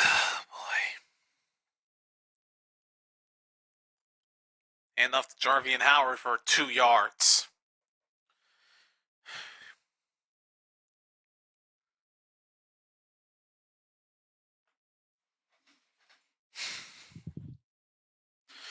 Man, this is turning into a disappointment.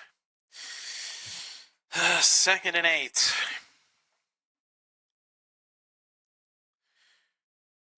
Dug in.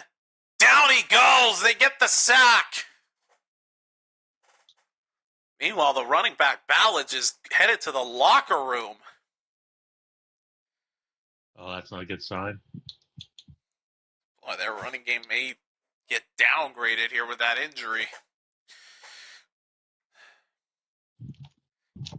That is a huge sack for the Renegades. That's only their second one of the game. Or actually, no, the fourth one, because there's 3rd down. Pass is incomplete. 3 and out for the Battlehawks on the interception.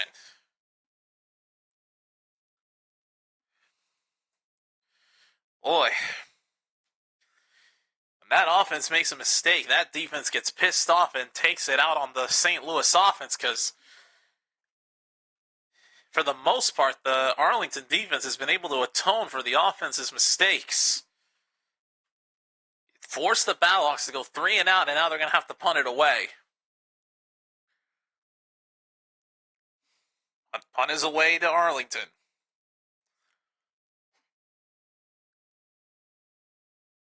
That was nice trickery. Returner moved forward as if he had the football, but it actually bounced into the end zone for a touchback.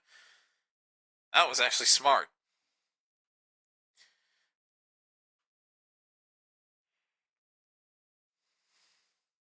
Duggan's been sacked 4 times in this game. If we're counting the recent one. Ain't that good either.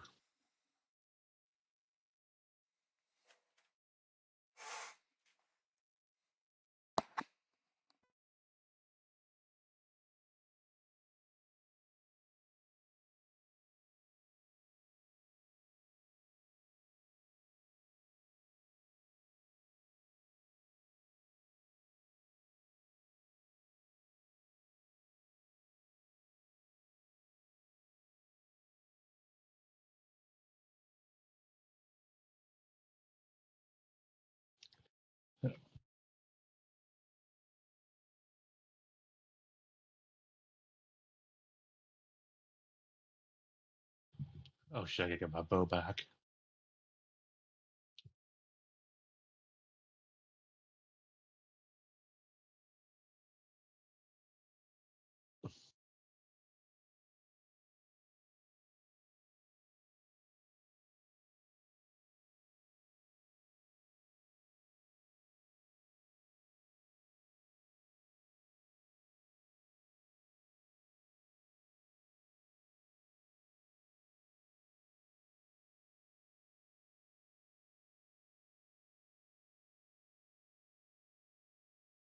Oh, are you kidding me?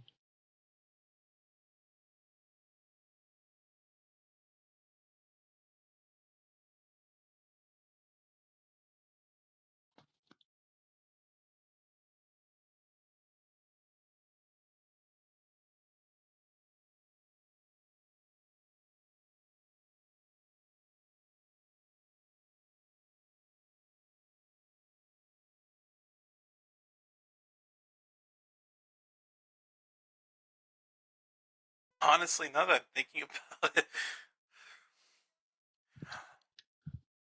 why am I so pissed about the Renegades' mistakes? I'm just as obsessed with them as I am the Cowboys. You might be.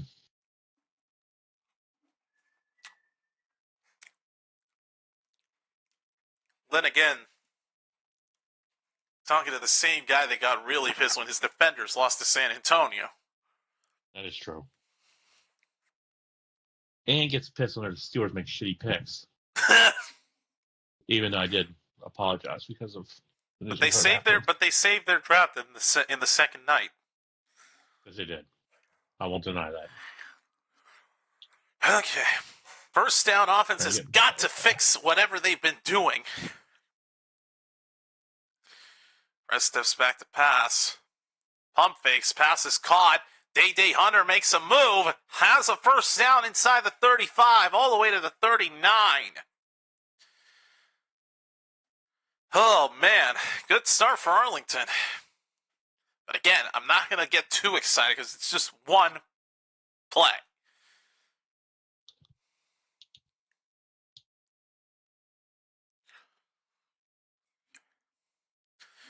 All right. Now they're at their own 39.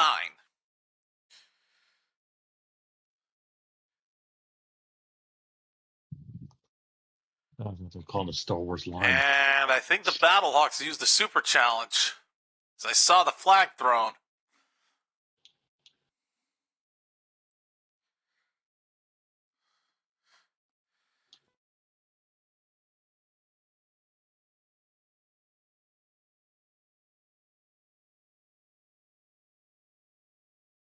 One sec, guys. I'm going to listen in.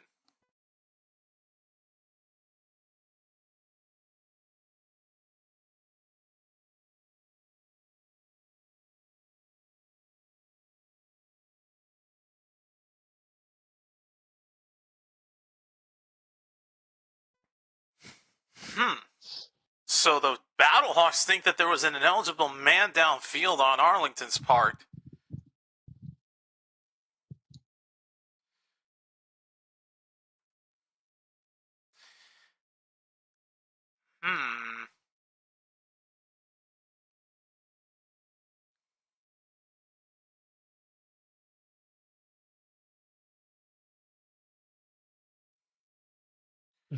They think maybe number 65 of the Renegades was the ineligible man, and nope, it stood. Oh. That flag's not gonna be thrown. Call stands. Now St. Louis loses their super challenge and their first time out with it. Honestly, thank God for Pereira. Better than fucking Blandino. I'll even agree with you on that.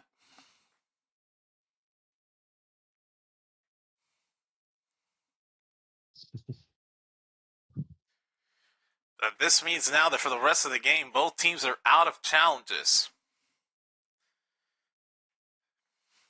So Arlington will get the first down from the 39-yard line.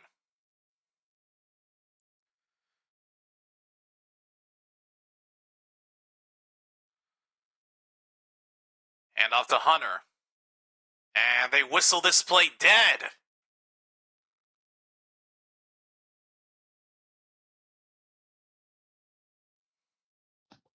Now what did they interrupt this play for? Get the Battlehawks coach is all pissed off.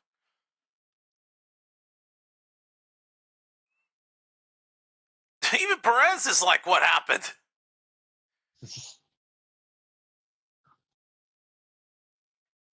I genuinely don't understand why they stopped this play.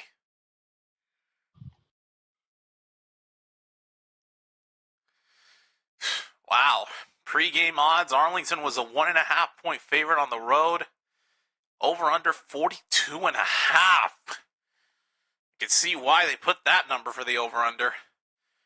Hand off to Day Hunter. He breaks one tackle, but he cannot break the other and won't get anything but 1 yard.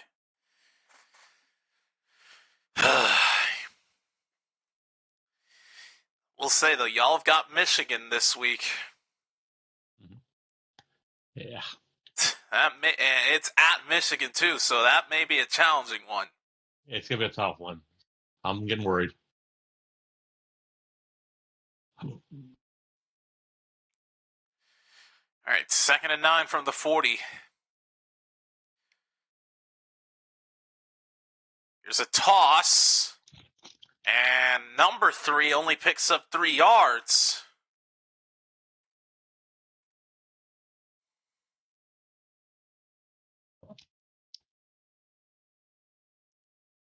It was a reverse to Javonte Payton, but he doesn't get much out of it. It's going to be 3rd down and 5.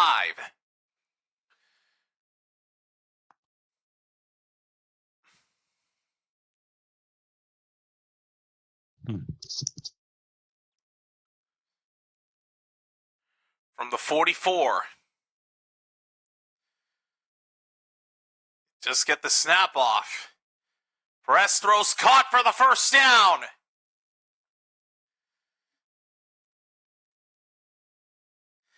Catch made by Deontay Burnett.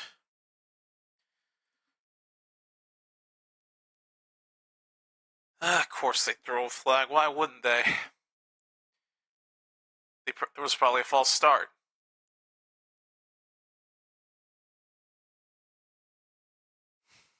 Nope. Rather than get the 1st down for 10 yards, they go back 15. There was a face mask on Arlington. Great, so now it's going to be 3rd and 20.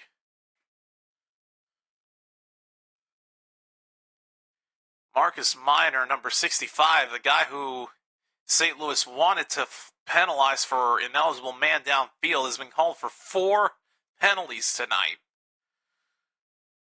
Whether it was a hold, a false start, or in this case, a face mask.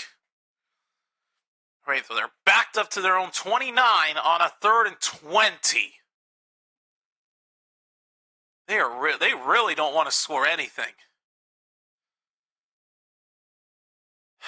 And Day Hunter's not even going to be close. 3 and out. I don't even care that they got a 1st down. I'm still calling it a 3 and out. Because that's basically what that shit felt like. Golly.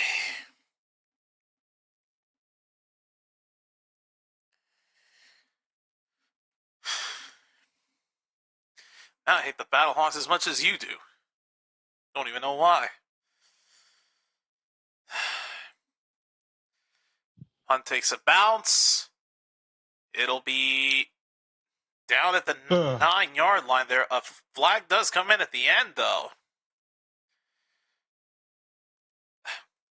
Hello? Why is... Oh, that's why, because I removed the, accidentally made it so that the graphic was invisible. And to click possession, not erase the scoreboard. Shit.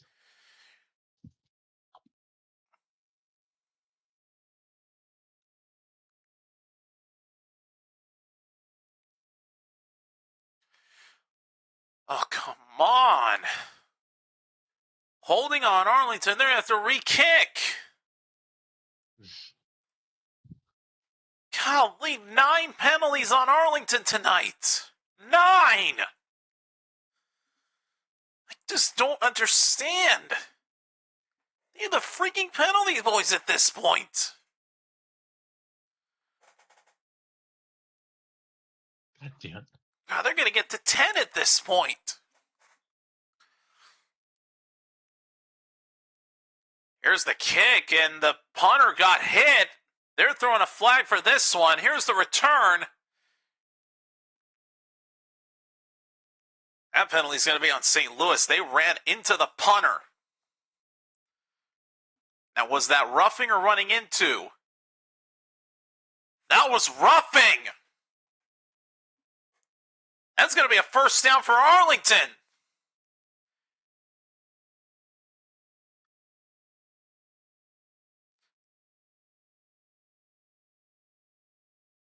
Oh, initiated contact with the helmet. Yep, that's roughing the punter.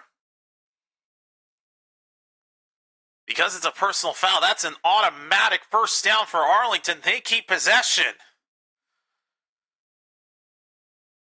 Boy.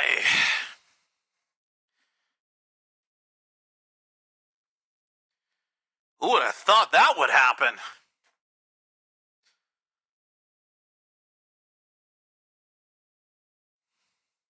So the offense gets to get back out there.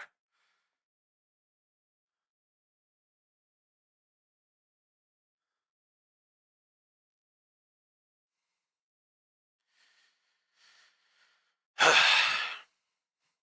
right, so now it's a first down for Arlington from the 34. So the drive will continue.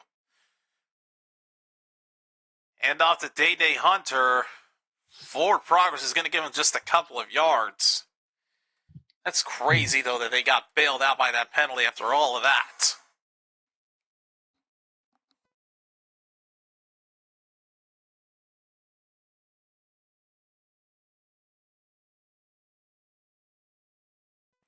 Second and 8 from the 36. Perez fakes the handoff. He can run it if he wants, and he will, but he only slides for 1 yard. Could have taken it for a few more at least. Now you set yourself up for another big third down. Freaking 3rd and 7.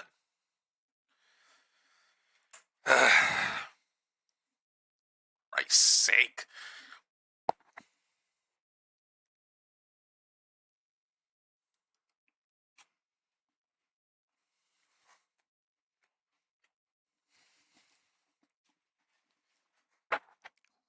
They're in 7. They don't get this off. They do not get this off in time. Not even going to look. Because I already know what it is. Play clock wound out all the way down to 0. They did not get this freaking thing off. Now it's another 3rd and long because of your stupidity.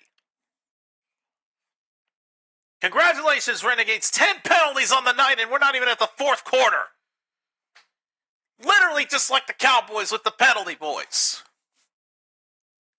You are literally doing everything that Dallas has done.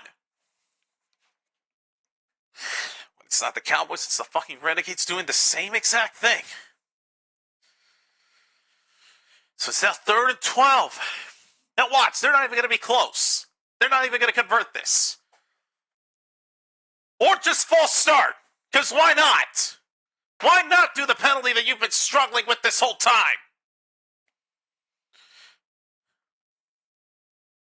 What is that now? 4, 5 false starts on the night? Now that's number 11. Jeez.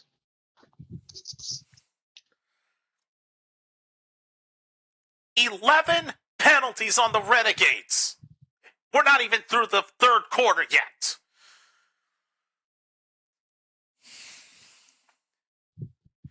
Why is it that when I go live for these Renegades games, that's when the struggles begin?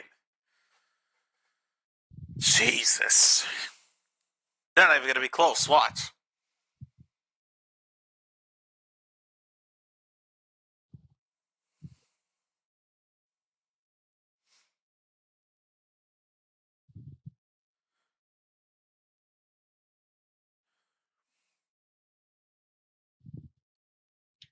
I'll be damned. He got it.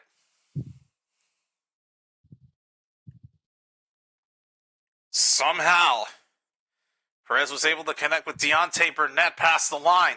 They end up getting it.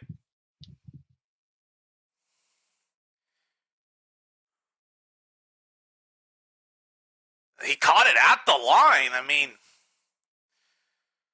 they're going to take a look at this. There's no challenges from either team, so this will probably go under further review. And that's what they're going to do. They're going to take a look at this. And I had no hope on that 3rd down and long, and then they've either converted a 3rd down and long, or they were close to doing it. But they are going to take a look at this and see if Burnett picked up the first down or if he was just a few inches short. Again, because both teams are out of challenges, this is booth review.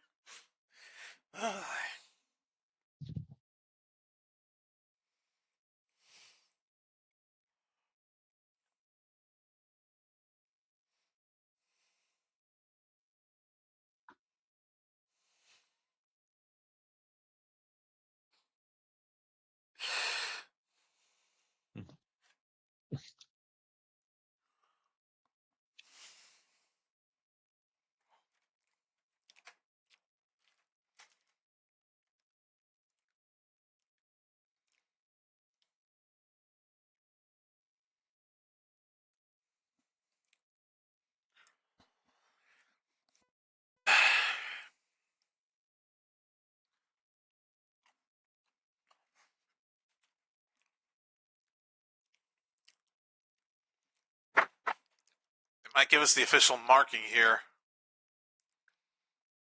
We'll see what the call is here in a moment.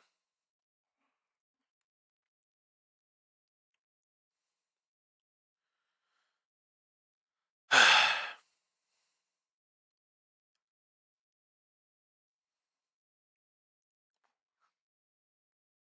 they still looking at this? Nope, they've got it. Never mind. The ruling stands. First down, Arlington. It's Perez wide open. Day Hunter down the sideline. Inside the 30-yard line of St. Louis. That's their biggest play of the night so far. And nobody was even covering Hunter. There was no one within 5 yards of him. By the time the Battlehawks got to him, he picked up already 10-plus yards. Holy crap, -9 yards this quarter for the Battlehawks. Jesus. Incomplete on first down. Burnett couldn't make the catch. I wish I was kidding when I said St. Louis got -9 yards in this quarter. After the high-powered second quarter that they had, they've been struggling in the third. This drive's length has just surpassed the 7-minute mark. Coming up on the final minute of the third quarter. Second down from the St. Louis 29. Press steps back to pass. Hunter's wide open. But unlike the last play where unlike the last first down he picked up where he broke away for a massive gain, this time around, he loses one. And it turned out I was wrong when I said that the first down catch was under review. What ended up happening was that Arlington called a timeout. All right, third down 11 from the 30.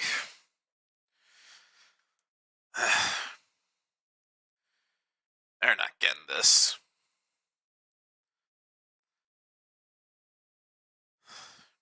Got on Perez to throw it as he was getting wrapped up, but doesn't even matter. 1 yard gain. Just great. So even after the fact that they get bailed out by the roughing the punter penalty, they still cannot get into the end zone. Now they're going to have to go for a field goal as the third quarter comes to an end. Still 9-zip. Okay, that shot of Perez on the replay before the commercial is not suggestive at all. Sure, what he's doing with his... Using the gesture of milking a cow, that's not suggestive at all.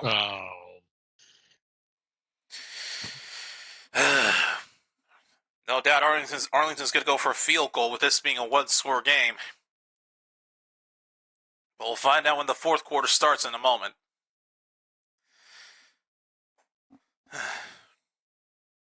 Yeah, that's not PG at all. I just saw it.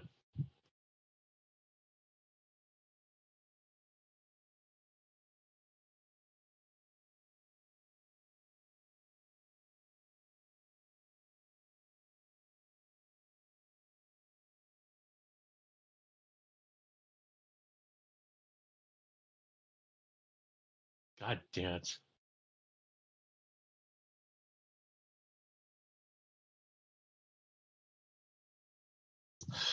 Man.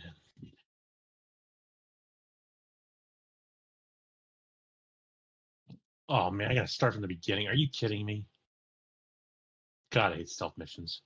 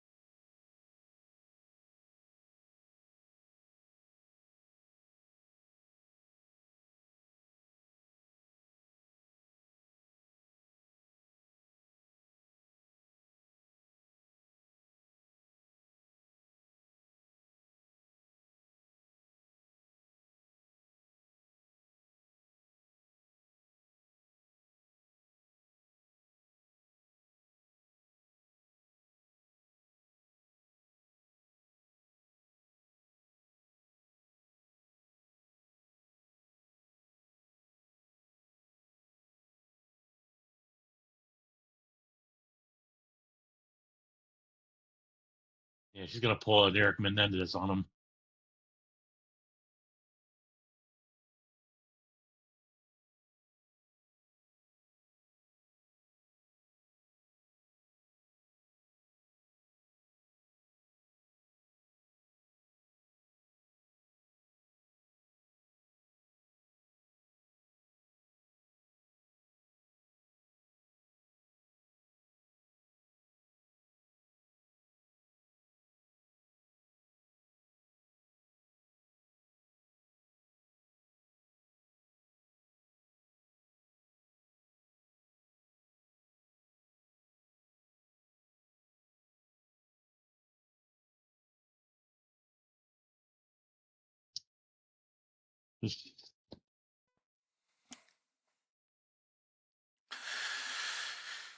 All right, fourth quarter starts with a fourth down. Again, I wouldn't be surprised if Arlington goes for a field goal here.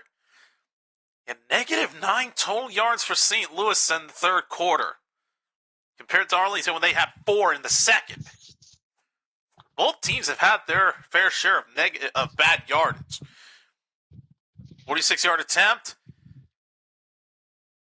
And it's good.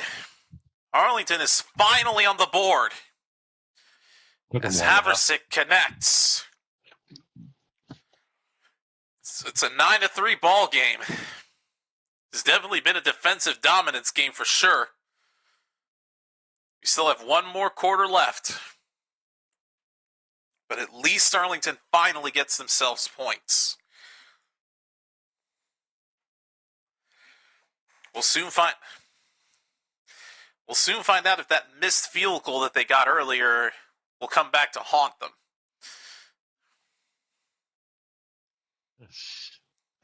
At least it's raining. Jesus.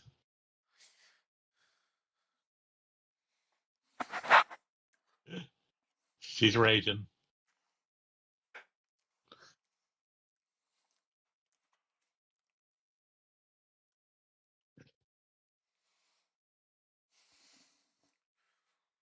All right. Here's the kickoff.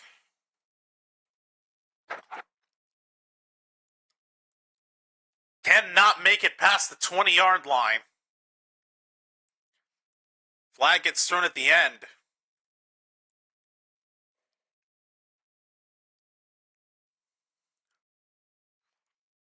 Illegal block in the back on the Battlehawks. They're going to be 5 yards further back. Boy, 5 for 16 for 79 yards and a score for Max Duggan. Completion stats, not the best. But then again, he's also had 4 rushes for 51 yards, so this sort of balances out.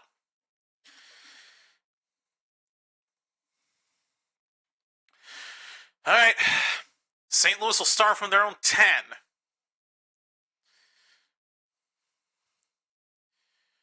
Duggan going to try to run. Oh, what a tackle! Duggan goes backwards. That is a great start for Arlington's defense. They were prepared for that Duggan run if he was going to carry it himself, and that's what he chose, and boy, did he pay the price. That's a loss of 4. Great tackle.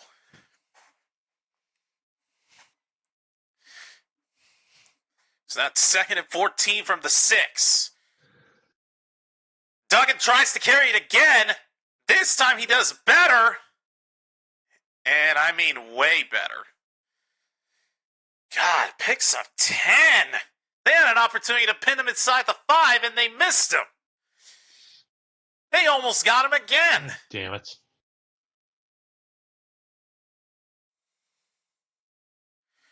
So now becomes a 3rd and short.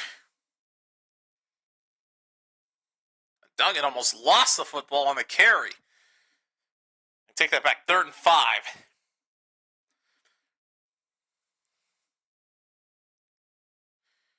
They just get the snap off before the play clock expires. Duggan gets hit. Ball is out. Still on the ground, recovered by the Renegades. And he steps out of bounds.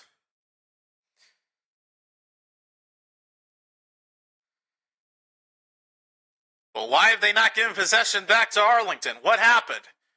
Are they looking at maybe to see if Duggan's arm went forward? That's a fumble. His arm was not going forward when that ball came out. It's a fumble. I just saw it. This is easily Renegades football. If they get this turnover, this would be massive. They would take over inside the 15 of St. Louis if they get this. No doubt about it, that arm was not going forward. That is easily a fumble.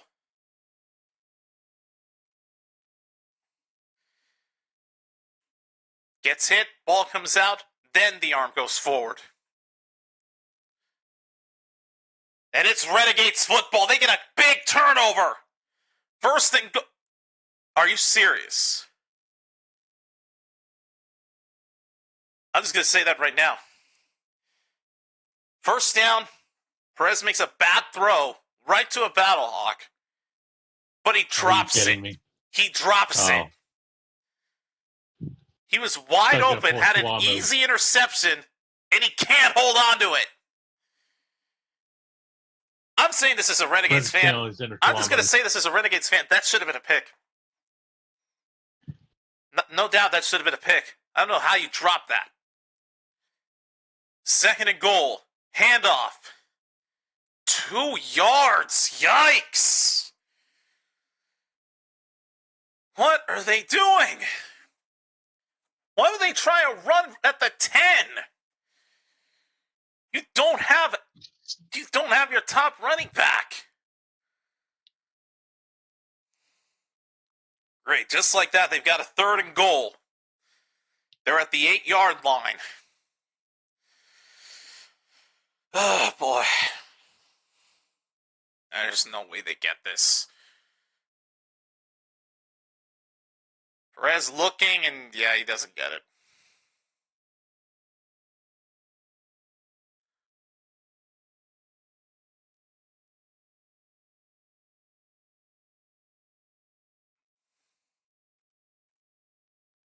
Wow. As quick as they got the ball back, that was a golden opportunity. They could have potentially taken the lead. But no, leave it to the Renegades to do leave it to the Renegades to do Cowboy stuff. Now they got to go for another field goal. They cannot get into the end zone, and now Haversick is going to go out there for another field goal.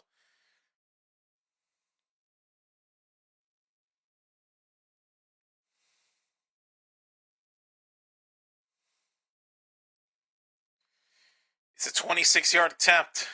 Honestly, with how bad they're doing, I wouldn't be surprised if they missed it. But they don't. It's good. So we have a giggity on the scoreboard.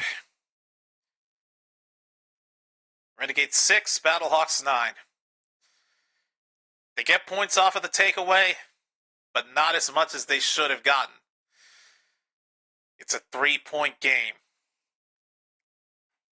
Still 11:45 left in this game, so this is not over yet. But Arlington missed a big opportunity to potentially take that lead. They were at the 10-yard line of the Battlehawks. They had a golden opportunity. But they just couldn't do anything.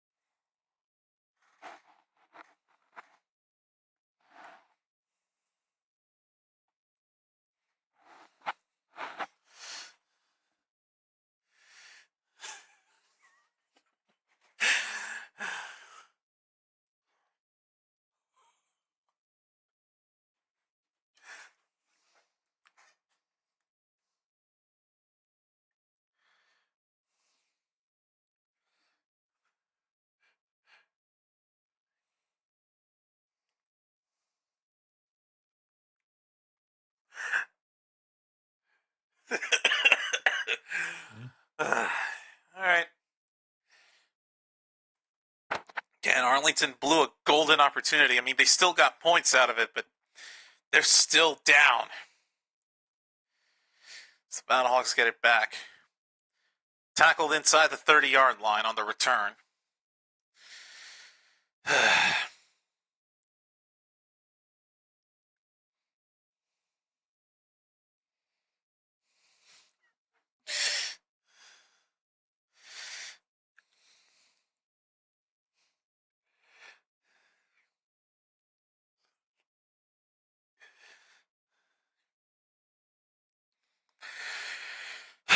All right.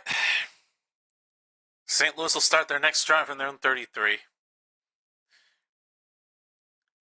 Handoff and a gain of about 4 by Jacob Sailors.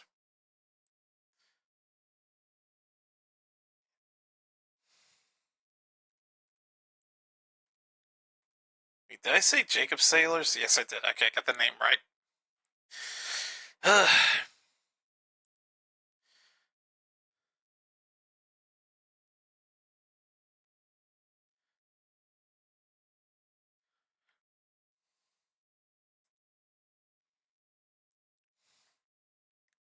Second and 6 from the 37. Just get the snap off. Duggan tries to carry it himself, and that won't work. Loses a yard on the carry attempt. That'll be 3rd down and 7 coming up for St. Louis.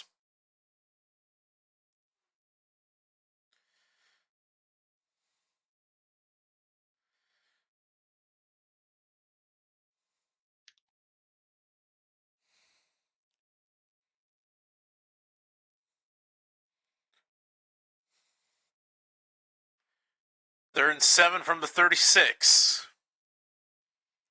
They're coming for Duggan. Pass is caught. First down as he stumbles. Ugh. Catch made by Blake Jackson. Renegades move the chains. And on a third down where they've been struggling this whole game, that's now 3 of 10 for third down conversions tonight. Man. That's their first down of the half as well. First down from the 45. Sailors. Well, it pushes through the Arlington defense and gets 8.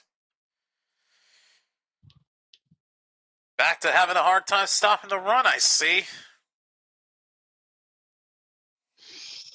Jesus Christ.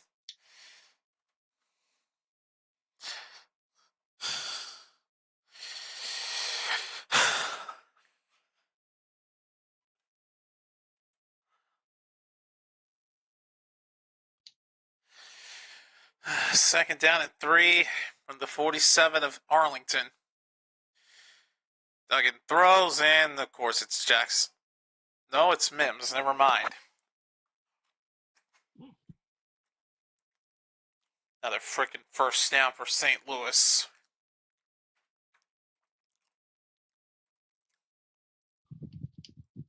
Denzel Mims with the catch for the first down.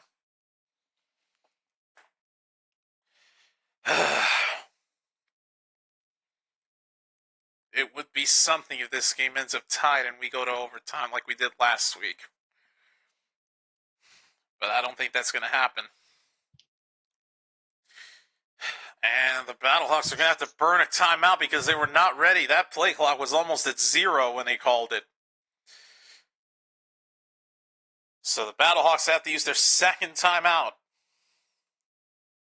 They only have 1 left. God damn it.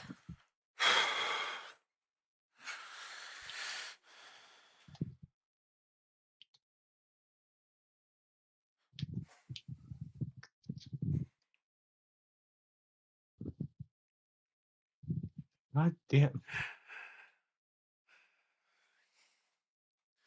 Wow, this is crazy.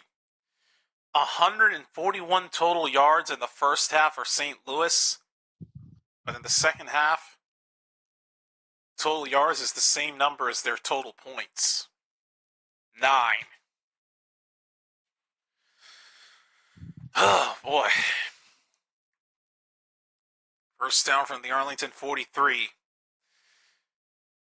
Toss to Sailors. Down the sideline, he gets hit for a gain of 3.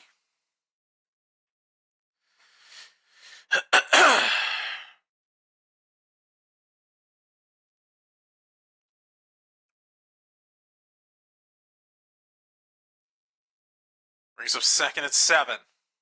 Coming up on 8 minutes left in this game.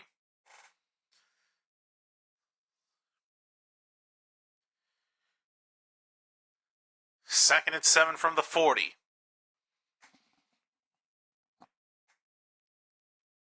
They hand off to Sailors, and he just blasts through the defense and gets 6. God.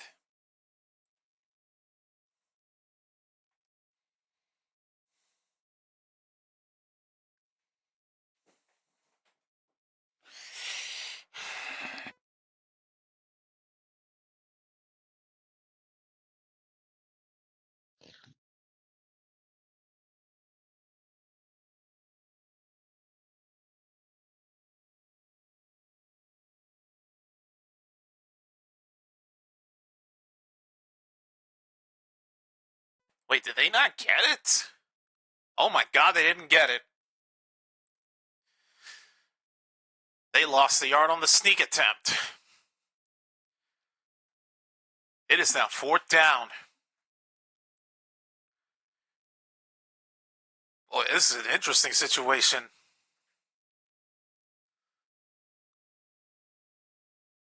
And they're actually going to go for the field goal. With the difference being 3, I don't blame them. 53-yard attempt by Blankenship. It's up. He got it. Remains flawless. So the Battlehawks enter double digits. It's now 12-6, back to a 6-point lead. Renegades have not scored a single touchdown in this entire game. Yet they have to get one if they want to keep themselves in it, because otherwise these field goals aren't cutting it.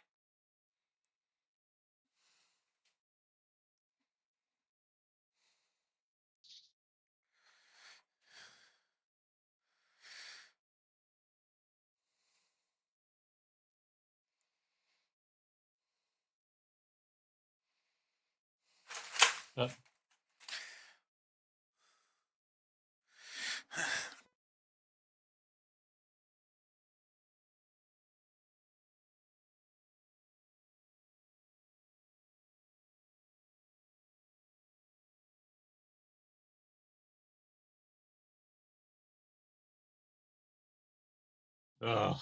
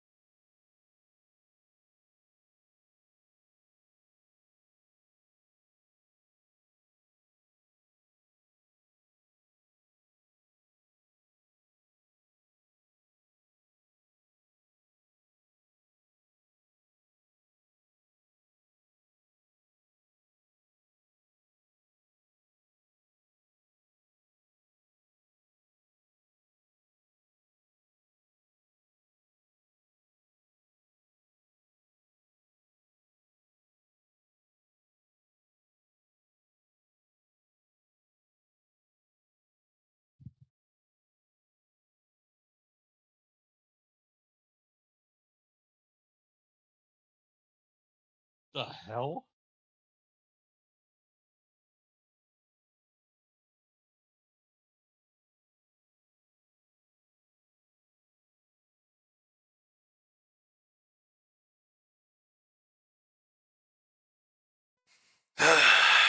Well,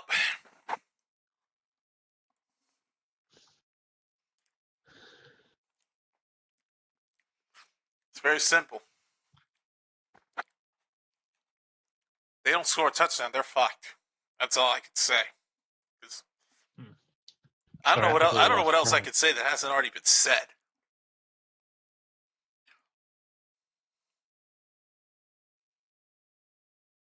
DJ Hunter will take it on the return to the 28-yard line.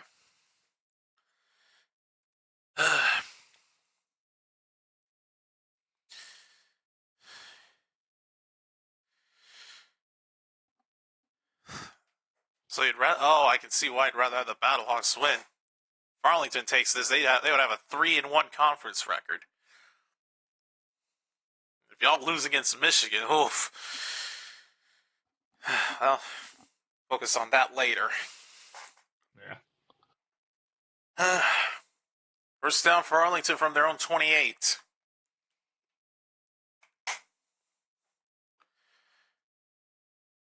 Hunter on the run. He will get 6 yards on that run. Come on, Renegades. They humbled you. Now it's your turn to humble them. 10 rushes for 20 yards for Day Hunter, though. 55 rushing yards for Arlington compared to 100 for St. Louis. 2nd and 4. Back to Hunter. He pushes through, takes off. First down at midfield. Day Hunter's starting to get a lot more involved in the ground game. He found the opening, took advantage of it, and took off.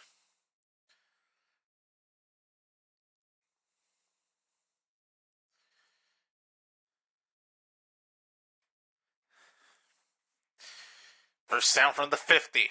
Coming up on 5 minutes left in this game. Quick throw for Perez. Pass is caught. First down inside the 30. He was down by contact. Down by contact.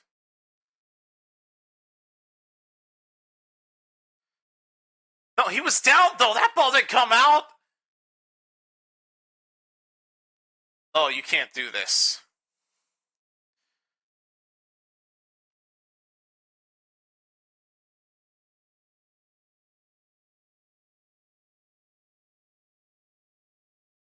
Are you serious? Are you freaking serious? Oh. How is that a fumble?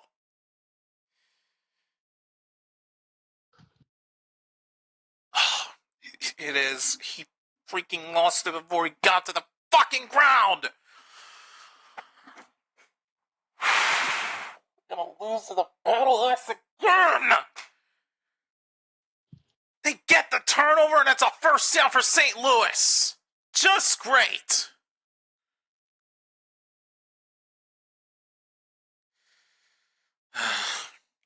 Renegades use a timeout before the snap.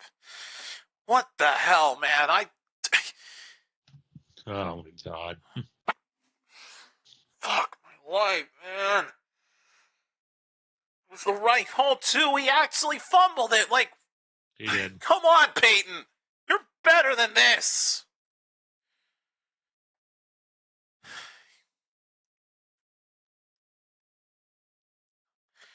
Javonte Payton, of all people, had to be the guy that lost it.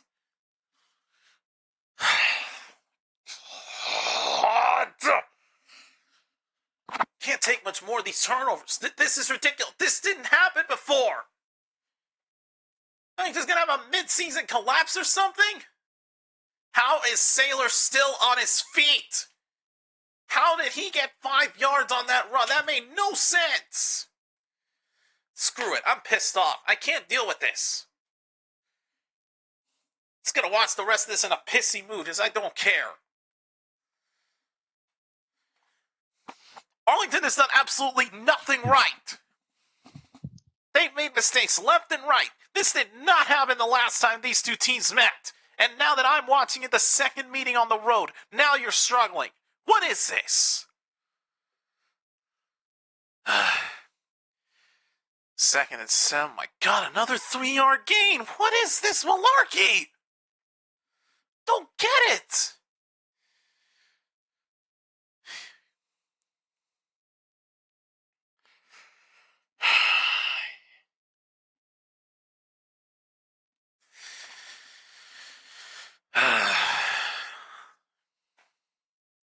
Just like last year, this game is close.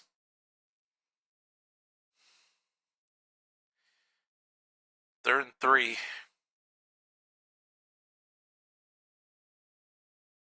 Incomplete. Broken up at the last possible second. Fourth down.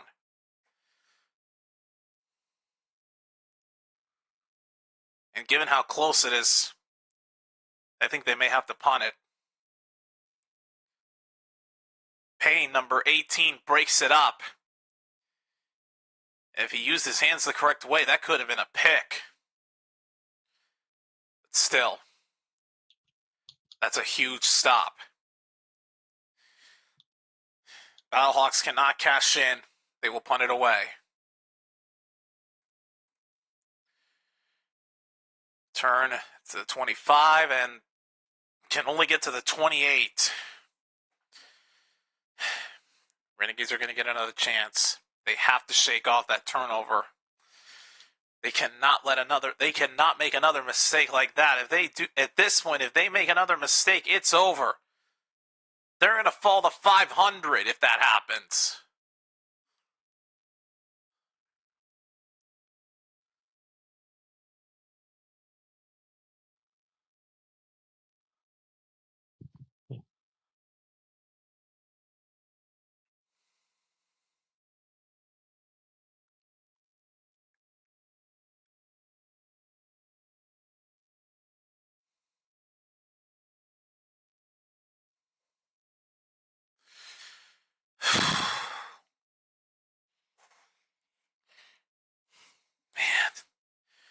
Just, although I gotta be honest, when I streamed this last year was actually week 2. So at the time, I didn't know how they were gonna do. Like, if they were gonna actually be good that year or completely suck. Here, it's week 6, and they're doing good. Although at this point, it's fucking good in quotation marks. I mean, yeah, they got 2 field goals, but what good is that gonna do?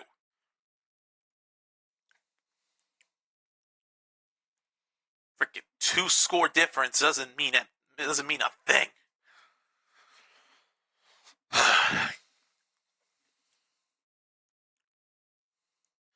For some reason, I tend to get more optimistic when my team is not involved in a game.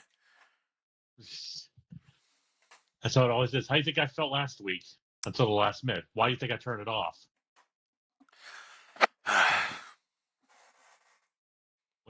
When you're up by 15, I was like, "Fuck this! I'm not listening to it." And it was, as usual, I catch it at the last second. I'm like, "They're fucking ahead."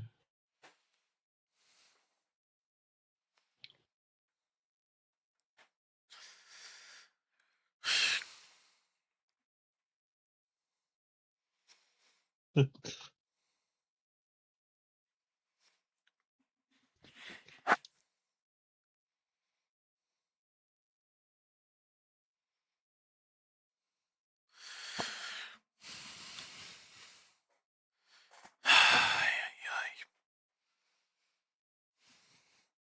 gonna need like a freaking miracle at this point. Like, I don't know what else to say.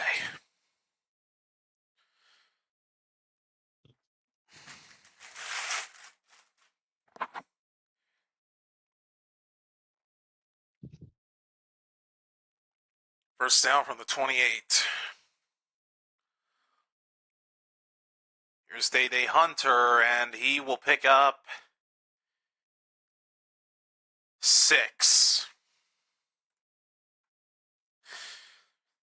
Both teams with just 1 timeout left.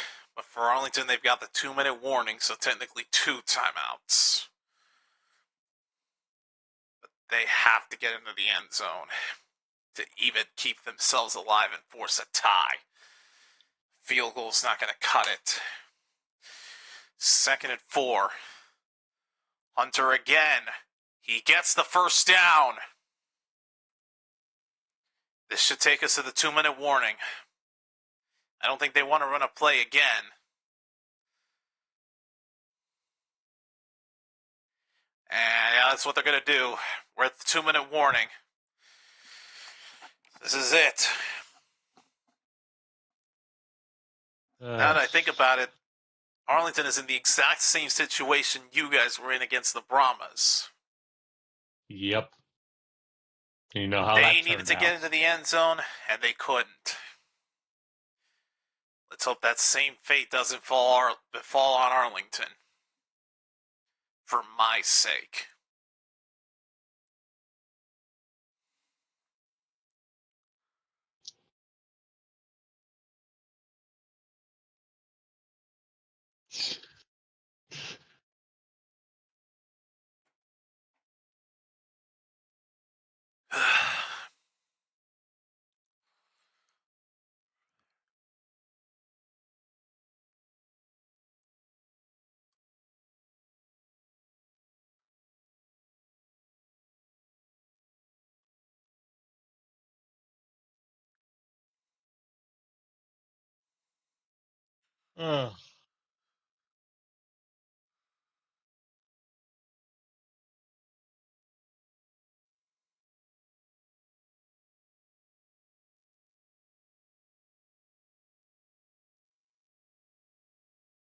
Oh shit!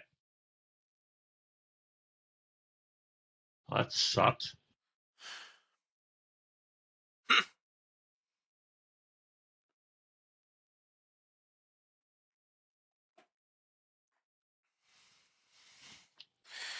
Alright, I'm going to look ahead to see who Arlington has next week. Don't say anything. I'm not. I'm still got the rest of the schedule for this week.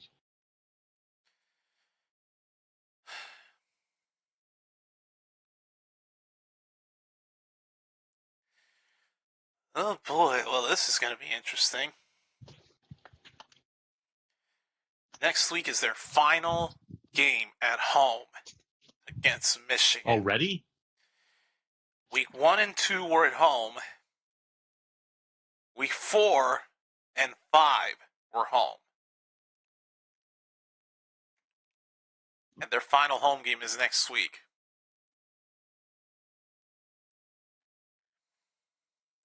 I'm still debating if I'm going to go to my home opener. So that means the last 3 games for Arlington are going to be on the road against DC, Memphis, and San Antonio. All right, here we go. First down for Arlington coming out of the 2-minute warning. Did he really just fumble it? Oh, it's over. Are you kidding me? It's over. Are you kidding me? I wish I was. He fumbled it. It's I'm looking. Battlehawks get it. It's over. Oh. Not what you wanted, you prick. I hope y'all lose against Michigan. It's the only way this is going to make me feel better. Perez tried to carry it himself like a nitwit and fumbled it as he got tackled from behind. As soon as they return from the 2-minute warning, he makes the fucking mistake that ends it. Damn it. Oh, God, I hate this fucking computer. They may still have a chance. I just don't think so. Oh my God. Bring Sailors down. What are y'all doing? He gets the first down and they push him forward. Now it's really over. God, he just did not go down. That's it. We're down to 500. We're in 3rd place in the conference now. How do we have the lead at one point? That's the 2nd straight loss we've suffered. We've gone 2-2 in the conference. After week 4. Forget it, dude. We're not making it to the postseason. We're done. We're done. We're fucking done. They're gonna go 3 and. They're gonna fucking go 3-7. With how bad they're doing, I wouldn't be surprised if they lose to frickin' Memphis or San Antonio. Because this was horrible. How do you destroy their asses at home the last time you meet? And here on the road, you can't repeat. You were the 1.5-point favorite. And what the hell do you do? 4 turnovers. 4 of them.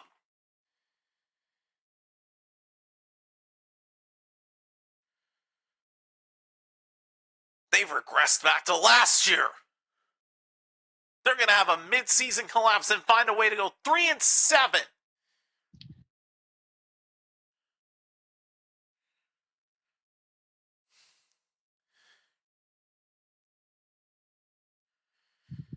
Now St. Louis is going to move up to 2nd. Because these fucking Renegades don't know how to stop the turnovers.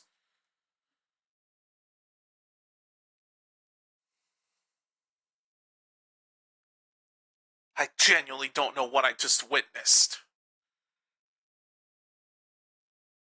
If I knew they were going to fuck up this badly, I would have never done this in the first place.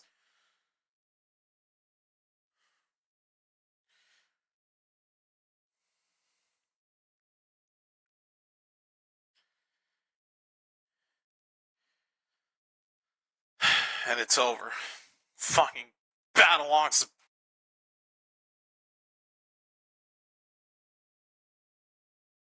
Arlington at home. Unreal. Make matters worse, stupid ass camera decides to decon.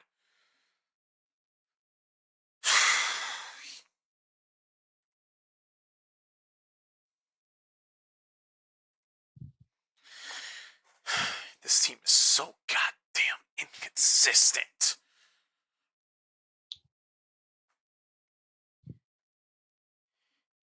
beat the Brahmas. You beat the Roughnecks and the Battlehawks at home. Yet you lose to DC and you lose to St. Louis on the fucking road?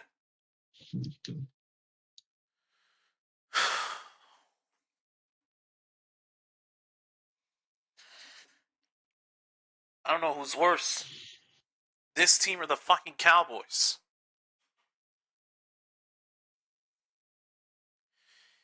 Doesn't matter which Texas team I support. They're never going to make it. Sure, they won the XFL a few years ago, but what difference does that make? Well, it makes a difference to me. So I was the one who lost to. Oh, well, fair point. But, God, man, I don't think I'm going to be able to stream any other Renegades games now. This may be the last one of the year I do.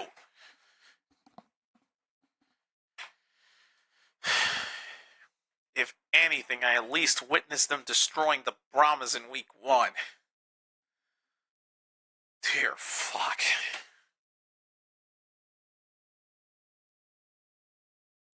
I don't want to see these Battlehawks celebrate anymore. I'm done.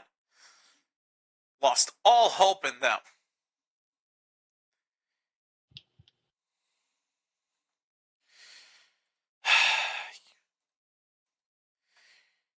Year in, year out, it's the same team every time. One way or another, they're going to find a way to turn into literal shit.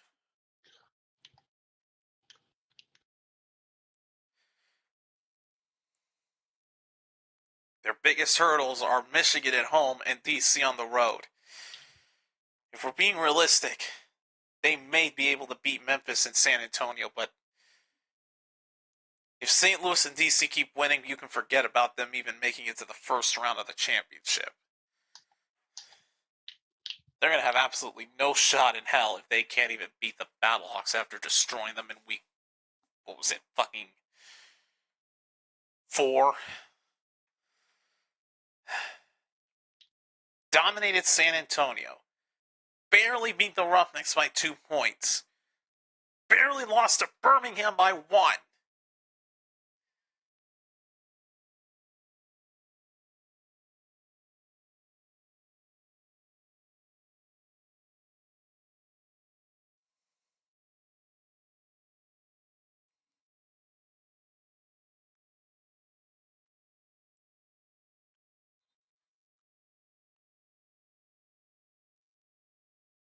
God damn it.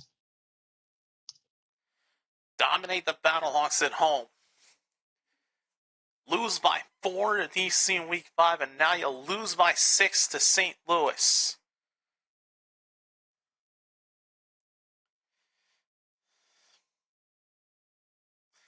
I'm just glad they don't get Birmingham ever again.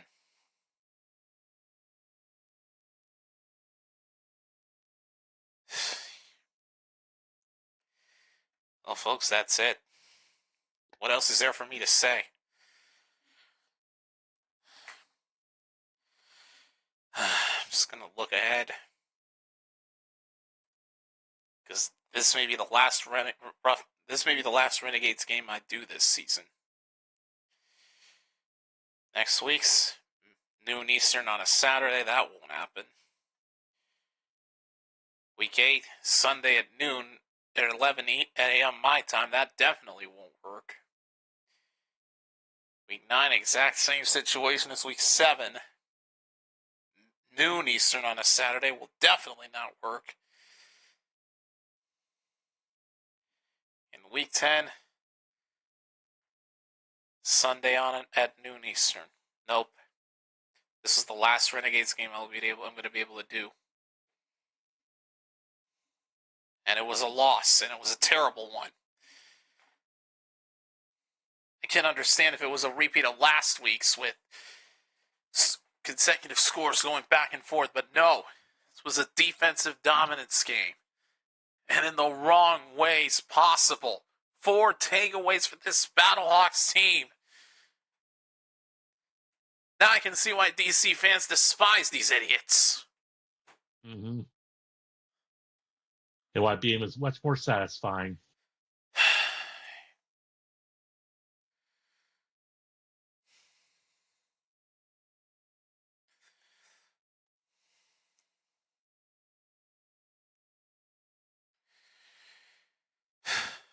Funny, with the exception of the Birmingham game, this team tends to win when I'm not watching their freaking games. So thank God I'm going to be able to at least not be able to do that.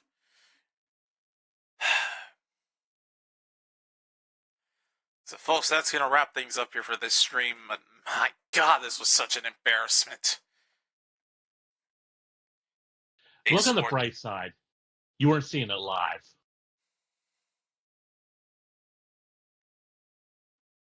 I wasn't at the freaking stadium, thank God. Yeah, you didn't spend $40 on a ticket. This doesn't make sense. They scored 33 points week 1.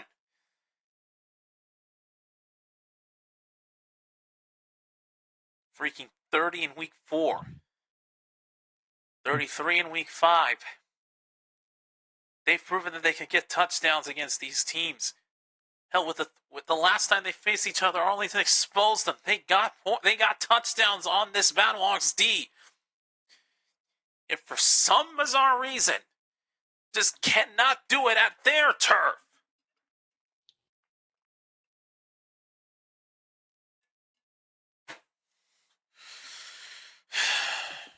Boy, this loss is going to haunt me. So because of this loss that Arlington just took, they're now in 3rd place in the conference. They've given up 2nd place to St. Louis, and now they have a chance to make it to the postseason. They've got Memphis next week, Birmingham week 8 at home, at San Antonio week 9, and in week 10, they wrap up against DC at Audi Field. Which I'm still debating on attending. Would not recommend it. If you know what's good for you, I would not recommend it. Yeah, it is my birthday, so I'm still trying to figure out my plans for that night. Yeah, yours is May 30th. Mine's going to be on the day of the championship. The 14th of June? June 14th.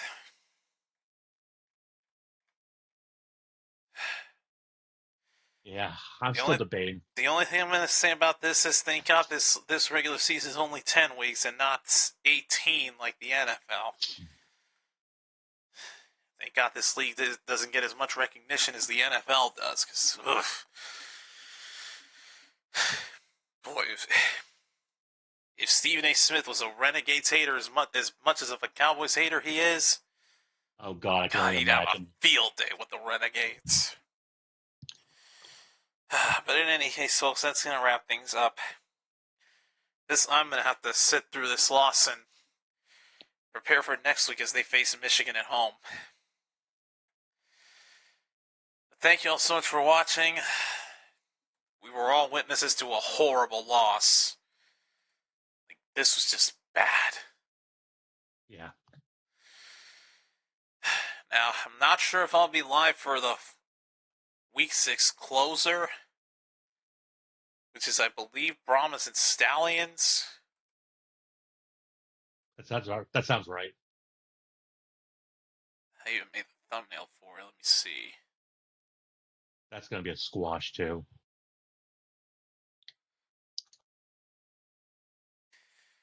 Yeah, it's Brahmas Stallions for Week 6, so I'm not sure if I'm going to go live for that one. It would depend if I can get home on time before the game starts, but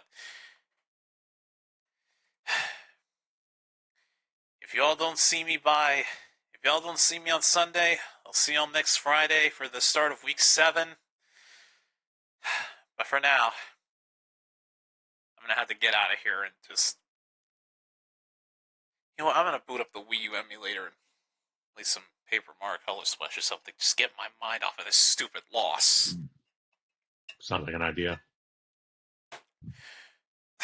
Or heck, is Mel still on? Just so I can... Yeah, she's still streaming. Okay, I can at least They're in the Palace from Hell.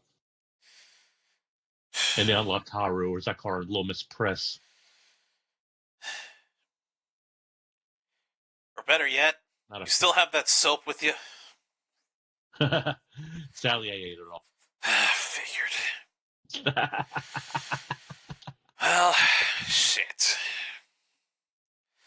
But anyways, folks, whenever I see y'all next time,